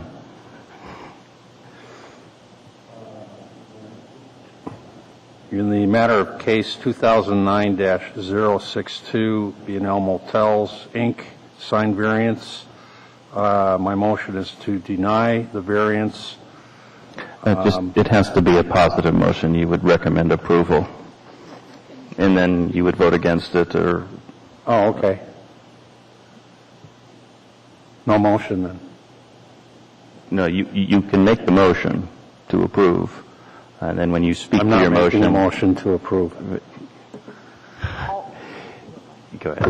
All motions must be stated in the positive, so the motion must be to approve the variance. You can speak against your motion if you don't want to approve the variance. You simply say, I don't support the variance. Right, when you speak to the motion, you would state that you don't intend to support it.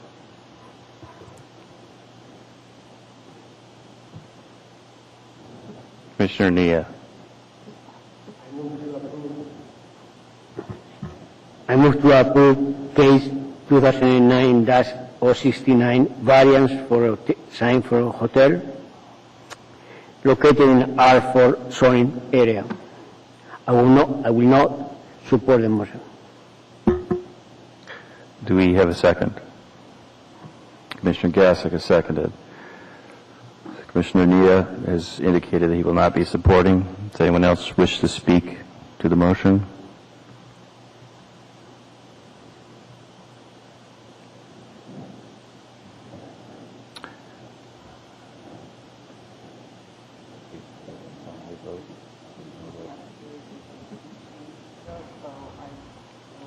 Start the machine, everybody can put their votes in and all. Okay, you see the point in the lower right-hand corner for voting. We're asking that you use your electronic voting.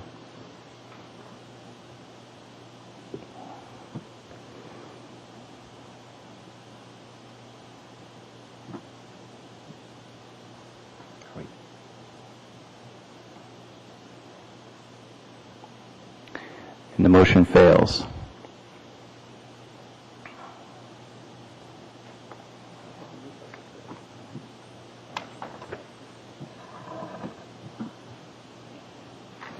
And just to reiterate, as a matter of procedure, any individual has the right to appeal any action of the Urban Design Commission, but those appeals must be filed with the clerk's office within 20 days after the Urban Design Commission's final decision.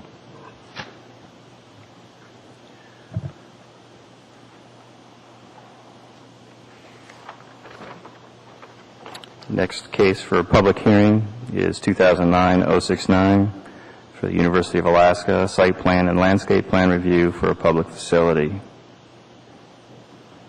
We have a staff report.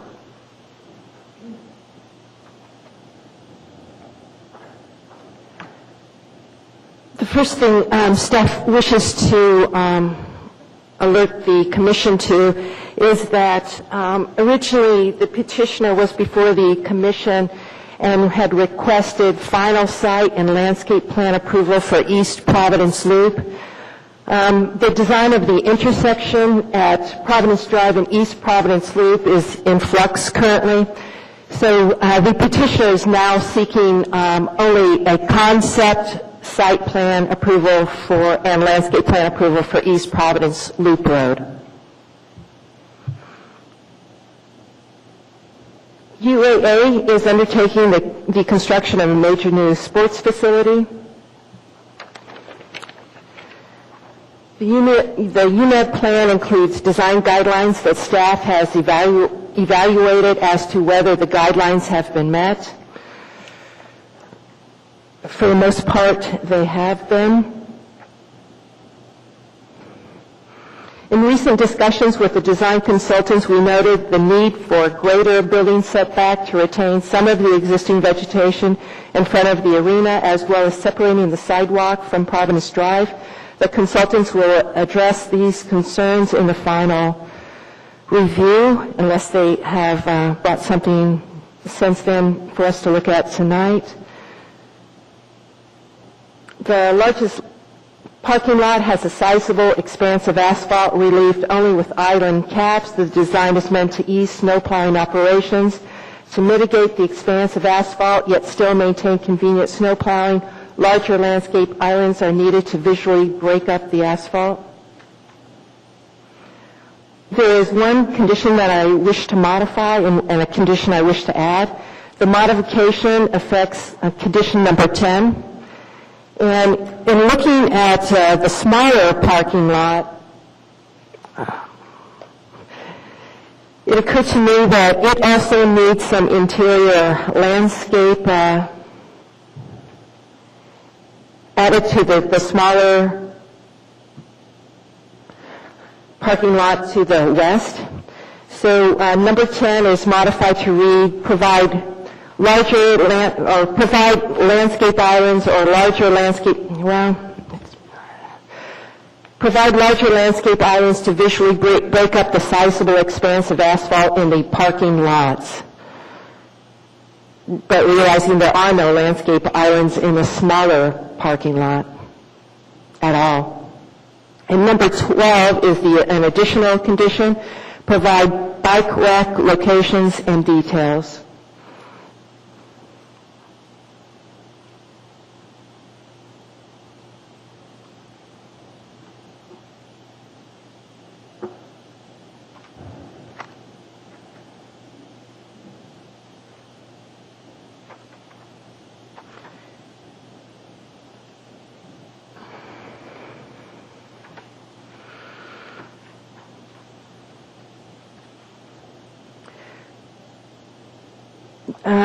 Continuing on, using seed mix, let's see, 1 minute.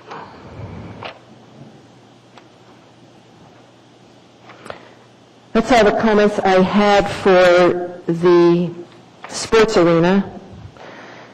Moving on to the East Providence Loop. Using seed mix A in the planting bed near the intersection with Providence Drive will require unnecessary mowing and exposes the trees to damage due to mowers and weed whips. Mulch in place of the grass should be considered. Landscaping along the road was not shown on the plans. This is due to the need to reconstruct the trail, which is located nearby, and so the street trees were not shown for that reason. However, when the commission reviews the roadway for final approval, they will be submitted as part of that review. An analysis of the street lighting will be done prior to final approval. The road is constructed with bike lanes. It is intended that these lanes will be signed and striped as bike lanes. The birch trees in the planting bed near the intersection with Providence Drive are planted 2.5 feet to 5 feet from the edge of the sidewalk. These may need to be moved back to ensure that the trees do not impede pedestrian movement on adjacent sidewalk.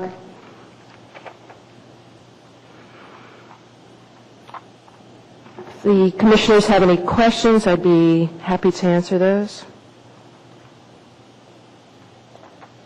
Anyone have questions for staff? Mr. Chairman. Sure. Sharon, have you had discussions with the petitioner regarding, northern design issues and characteristics? I'm sorry, Mr. Kempler, I didn't hear your question. Have you had discussions with the petitioner regarding northern design characteristics? Not specifically, no. But I did make note of northern design in the packet.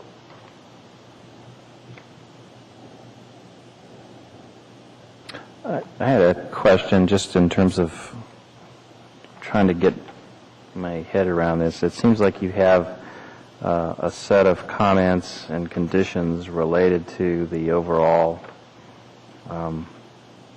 Right. landscaping. Essentially, we're looking at two projects brought to the commission in one go, if you will. So, I mean, just in terms of procedure, do we make motions on one and then we follow up with motions on the second? I think that would be... We're not handling it all as one big bucket Right. of I stuff. think it would be cleanest and easiest to handle the sports arena separately and the road separately. Okay. Any other questions for staff?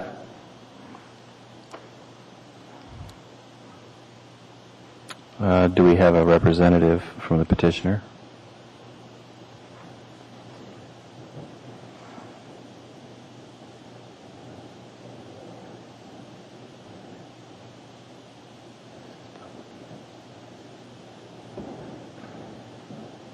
Mr. Chairman, we have two this evening. Great. My name is Michael Spackman. I'm with Land Design North. We represent the landscape architecture part of the design team. Michael Carlson is with me. Nicole Carlson Green is the architecture firm that's designing the arena. We have 8.5 by 11s that we can put up on the screen, and we have a board here that we can look at if you all have questions. Michael's prepared to do a presentation on the building, and then I can address staff issues and questions, as well as commission questions. So I guess we've got 10 minutes of presentation on the building, and then we have 10 minutes of presentation for the road. I don't know how long you're planning on taking. But Well, I'm not sure that when the project was introduced, we have... I might just offer, for the sake of clarification, time. We don't have any problem with the staff comments. We're confident we can address all those in the final approval. And we can certainly present if you want, but if you prefer, you just answer questions. It's really at the discretion of the board whether you want a presentation or not. does anybody feel that further presentation is necessary? You don't have materials that are new or different from what's in our packet? No, there's no additional materials. Okay. Well, then I think we can just bypass that, and then if we have questions, let's go right to those. Mr. Chairman? Yeah. I would like to hear from the petitioner how they are incorporating northern design features into the site plan. Okay, thanks. Well, I'll start off, and then Mike probably has a few comments as well. You probably know in the overall packet there's been quite a bit of discussion about how this building fits into the overall campus. And we're setting the building up to accommodate some enclosed walkways in the future, connected to parking garages, to connect housing to campus, to try to make the whole campus more of a pedestrian environment. We've also done that with the surface trails as well, creating gracious surface trails and allowing students to pass through the building, warm up a little bit on the way to campus as they get there. Part of the development of the building will be exploring potential for heated sidewalks, additional canopies, bus shelters. Sharon has recommended in her comments that we look at some covered bike storage areas, and we'll take a look at that as well. So those are just some of the ideas. We've also really had a fairly extensive process looking at sustainable design issues, a couple-day workshops with the university folks on the design team. So those are some of the ideas that are in flux right now. Do you want to add anything to that, Mike? So, to northern design, you're saying that you will be considering, canopies and heated sidewalks. Yes. And one of the dominant characteristics of winter is the darkness that we have up here, and some approaches that people have taken to kind of offset that darkness is through strategic use of lighting or color? Have you considered anything along those two areas with your project? Well, speaking to the building itself, the building will actually have quite a bit of natural light. We've had a lot of discussions with the users about the desirability or how we can incorporate natural light in the room space and still not impact the overall functionality of the building. And they've been quite supportive of that. So inside the building there'll be all the spaces will have access to natural light, except for locker rooms, a few spaces in the basement. The site lighting itself is something that will be developed for our final project. We haven't really explored any specific ideas on that yet. I know that when we had another facility that's on the campus here before the commission, the parking structure and the lab building there was a discussion about vertical lighting. So like I think they're kind of almost like elevated bollards, a little bit higher with a wire mesh that was developed by the petitioner to help provide that sort of winter landscaping element. Have looked at that example when you considered the site and the landscaping for this particular site or not? I will use a visual aid here. One of the things that we've provided is this large pedestrian plaza out on the south. And as Mike said, that will have radiant heat, and parts of it will be at grade with the pavement, so we don't have any accessible issues coming from the parking lot into the south side of the building. And we have proposed bollards to separate the pedestrian traffic from the vehicular traffic in those areas. So we are planning different scales of lighting in the south parking lot. Another thing that we are proposing, which isn't really reflected in the illustrative plan, is that the majority of the trees on the south side will be deciduous, and that will allow a lot more solar access to the south side of the building as well as to that parking lot area. One of the things that Sharon has brought up is the fact that the absence of interior islands on these parking lots, and that will be addressed in the next phase of design. But again, any trees we place in the parking lot will be deciduous so that we do have that solar access and get as much melt as we can. Not have to worry about that. But otherwise, we're just addressing pedestrian comfort, safety, covered spaces for bicycles, and eventually, as Michael said, there will be a pedestrian spine that will connect this athletic facility across Providence to the north campus.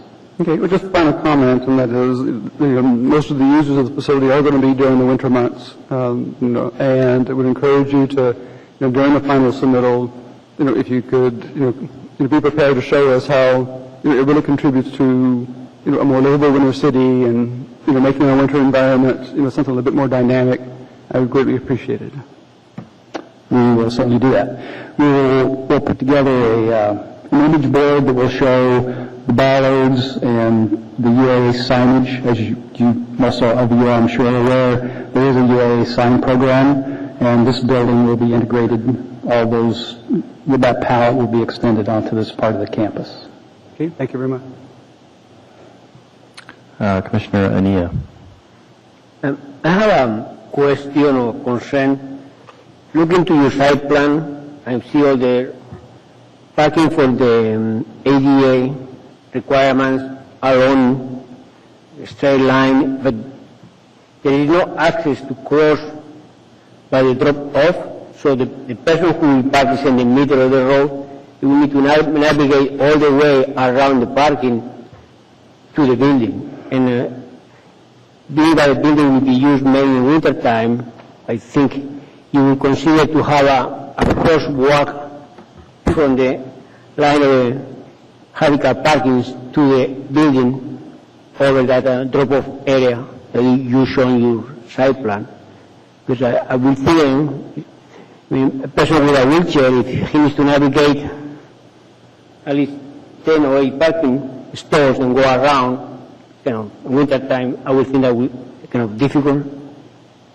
Yeah, one of the things that is not easily drawn into an illustrative such as this, and probably should have been addressed a little bit more in the text, is that area where the handicapped parking stalls are located, that is all flush. So there are no curbs between the fronts of the stalls and the pedestrian area, and that will be heated as well. But you have landscape, you have trees.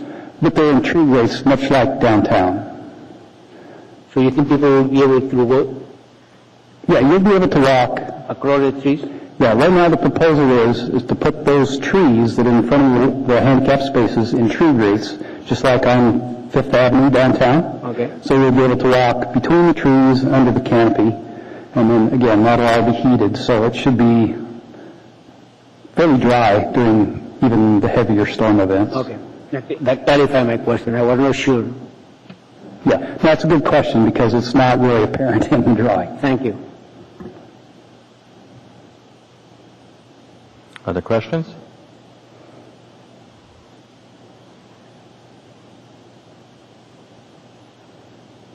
Commissioner Joyner? Well, I do have a question. I brought up tree grates. They're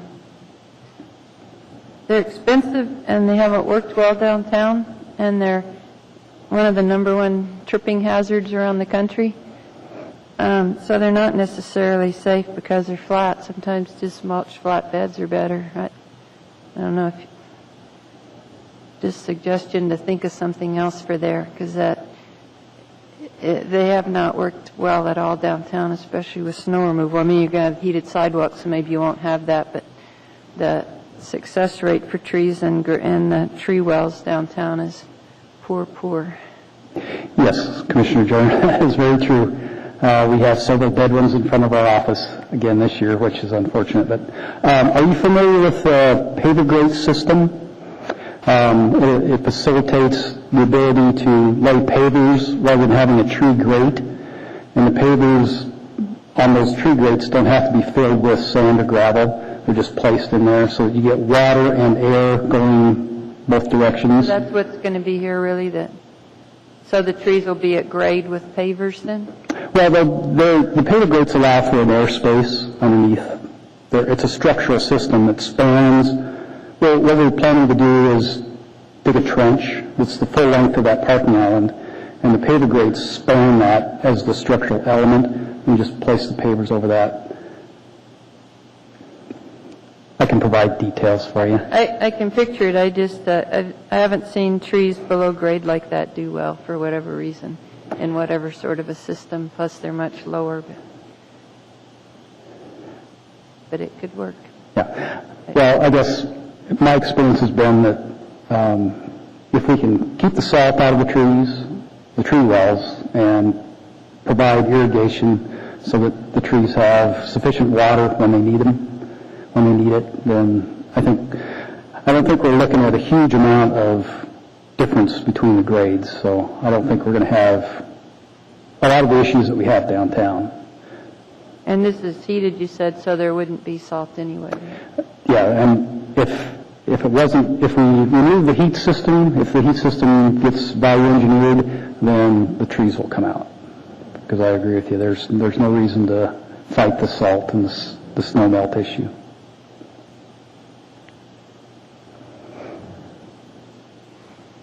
Other questions?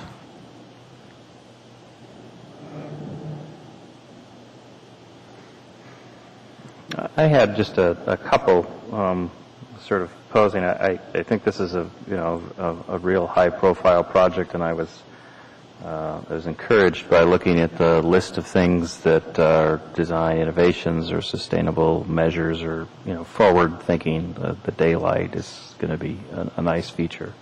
And the building looks nice, too. I'm just wondering if there might be, with this master plan for potential soccer fields or running tracks or play, the kinds of normal affiliate actions that happen around a field house, whether or not it might make sense to look at a grass paving system or some sort of porous pavement for this large expanse of lot that is sort of event-based. And I just throw that out as sort of a way to hit a higher mark rather than to create a 21st century impervious parking lot. I haven't seen it done yet in this area. This might be an opportunity to argue it as playfield or multi-use or something that could capture that property back when you don't have a big event. But I do appreciate that you're looking at a more progressive approach, which I think is appropriate for college campus. Any questions related to the loop road? You haven't had any on that. My only question on that was the proposal to create a cul-de-sac in the student housing. Is that tied to this project at all? And that would then abandon the intersection on Elmore? Is that the intent? We're currently entertaining two possibilities. Traffic is considered, allowed us to consider both a right in, right out at Sheringham or a cul-de-sac. The university is currently favoring the cul-de-sac because they're concerned about additional traffic, cut-through traffic coming from Providence through the housing area. So it'll probably be a cul-de-sac, but it'll be resolved at our final submittal. Okay, thank you. Any other questions? Okay, so as a formality, do we have any representatives of groups that wish to speak or individuals? Hearing and seeing none, that closes the public hearing for this case, and the matter rests before the Commission.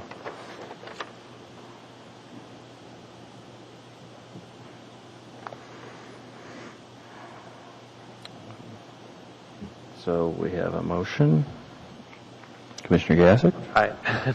Move to approve UDC case number 2009-69, concept site and landscape plan review for the University of Alaska Anchorage Sports Arena. And the other one's separate, right? With staff recommendations 1 through 12, with 12 being bike rack locations and details provided. Did you wish to address the landscaping in the smaller parking lot? With the land, yes. Could someone put some language forward though on that one? I missed that. I can do that. It said, provide larger landscape islands to visually break up the sizable expanse of asphalt in the parking lots. Essentially, it was just strike out largest and add an S to the lots, parking lots. Yes, I'll take that. Okay. Do we have a second? Mr. Briggs, would you like to speak to your motion?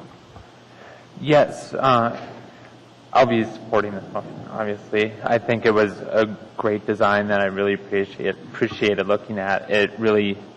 I appreciated that it limited the site development on the site overall, trying to maintain some of the vegetation that we actually have in our community. And the sustainability aspects of the design, I think, fit into the community as a whole, looking for long-term buildings and building uses. And then sharing parking with Providence is also very much appreciated. So we don't have huge parking structures all over our community, but using the parking spaces that do exist already and sharing parking spaces is fantastic to see. Anyone else wish to speak to the motion?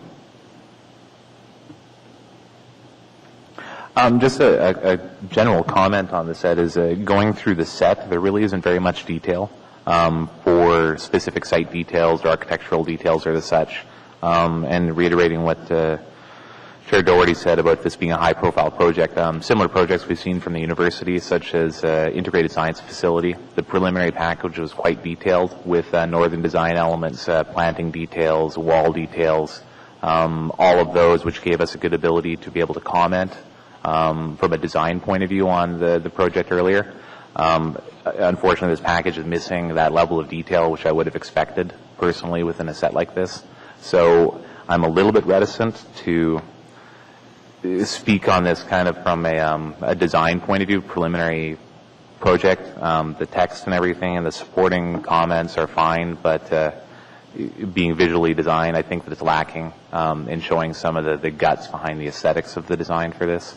But I'll be supporting the motion, I guess, just as a comment, is that I don't think the content is here that we should see based on other projects.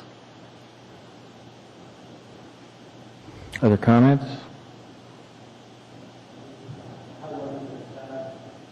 Sharon, is that also a final landscape? No. It's a preliminary and final landscape plus submittal package. Through the chair, Mr. Ania, both the sports arena and the East Providence Loop are both here for concept, site plan review, and concept landscape review. They have initially requested final site plan review and final landscape review for the road, but they have withdrawn that. Thank you. I guess I would commend the petitioner as well. I think that it's a dynamic design, and I think that it does rise to the occasion of creating a high-profile facility that's much needed by the campus and in a high-profile location. But I think it's well-suited. I like the integration of the plaza and the way that the parking has been oriented to funnel people to that plaza, and the way that the plaza forms a spine through the circulation that relates to the rest of the university. So good job on all of those factors, and I do intend to support the motion. No other comments? It's time to vote. Is there any objection to passing the motion? Seeing and hearing none. Motion for the sports arena passes, and I'd like to see a motion for the road.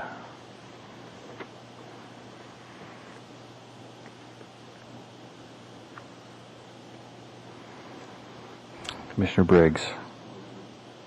Move to approve UDC case number 2009-069 for concept approval of site and landscape plan for East Providence Loop as meeting UCD requirements for concept approval. That's been seconded. Oh, yeah, sorry. Subject to staff conditions. Subject to staff conditions 1 through 4.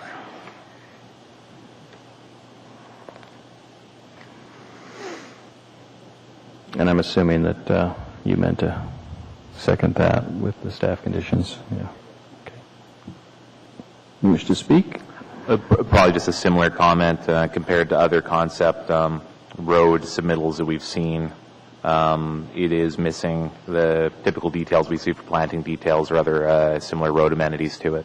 And that's just comparing it to typical packages in my experience. But otherwise, I'm in support of the motion. Commissioner Joyner? I'd like to suggest a few word changes to recommendation number 3 to read, consider using mulch or other ground cover in place of the turf grass in the planting beds. Just to leave it a little more open to not just being mulch, but some other ground cover if they're interested. Is that acceptable? Yes. Okay. A friendly amendment is added. Anyone else wish to speak to the motion? Any objection to approving the motion? The motion passes.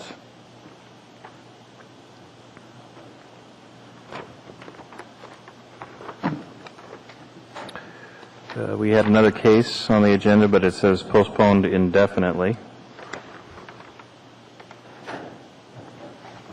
So we're done. So I guess, do we have any reports to report?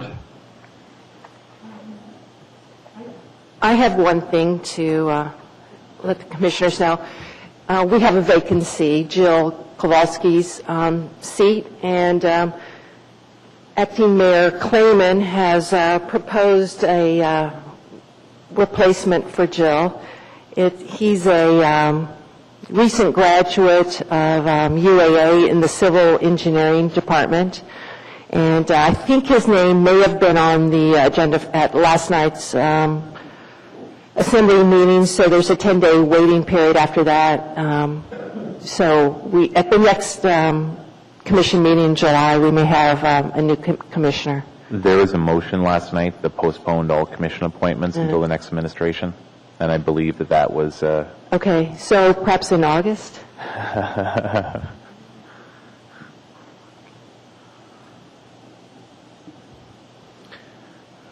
Just for the benefit of those, that there was a meeting we had with the mayor's transition team that some of the commissioners were able to attend. Basically, they gave us a half hour to state our mission and our goals and our purpose and give feedback. And there was 4 or 5 of us there, just to sort of speak on behalf of the commission and deliver our mission. See, I don't really remember them asking many questions of us, but yeah, I guess we were able to effectively get the most important thing accomplished. We made a pitch for getting dinners at these things. Other than that, it was pretty uneventful, I thought.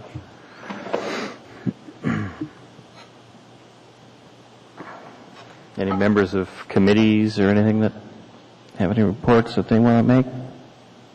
We don't have to stay. It was pretty sunny when we came inside tonight. So I'll entertain a motion to adjourn. Just before the... wait. Now he uses the electronic tools.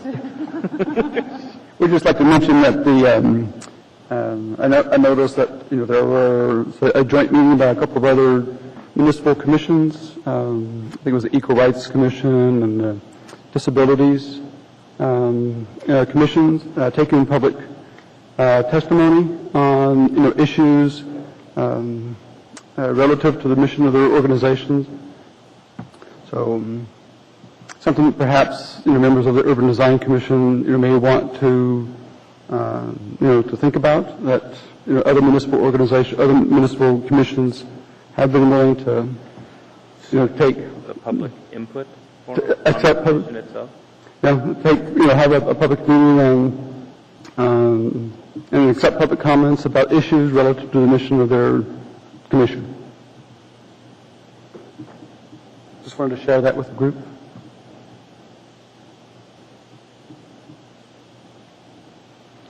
Usually this would be followed by somebody, making a recommendation or something like that, but thank you for that information.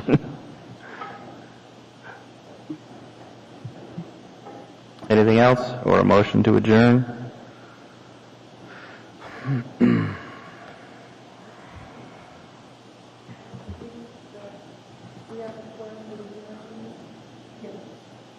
Move to adjourn. All right. Anyone opposed? No? We're done.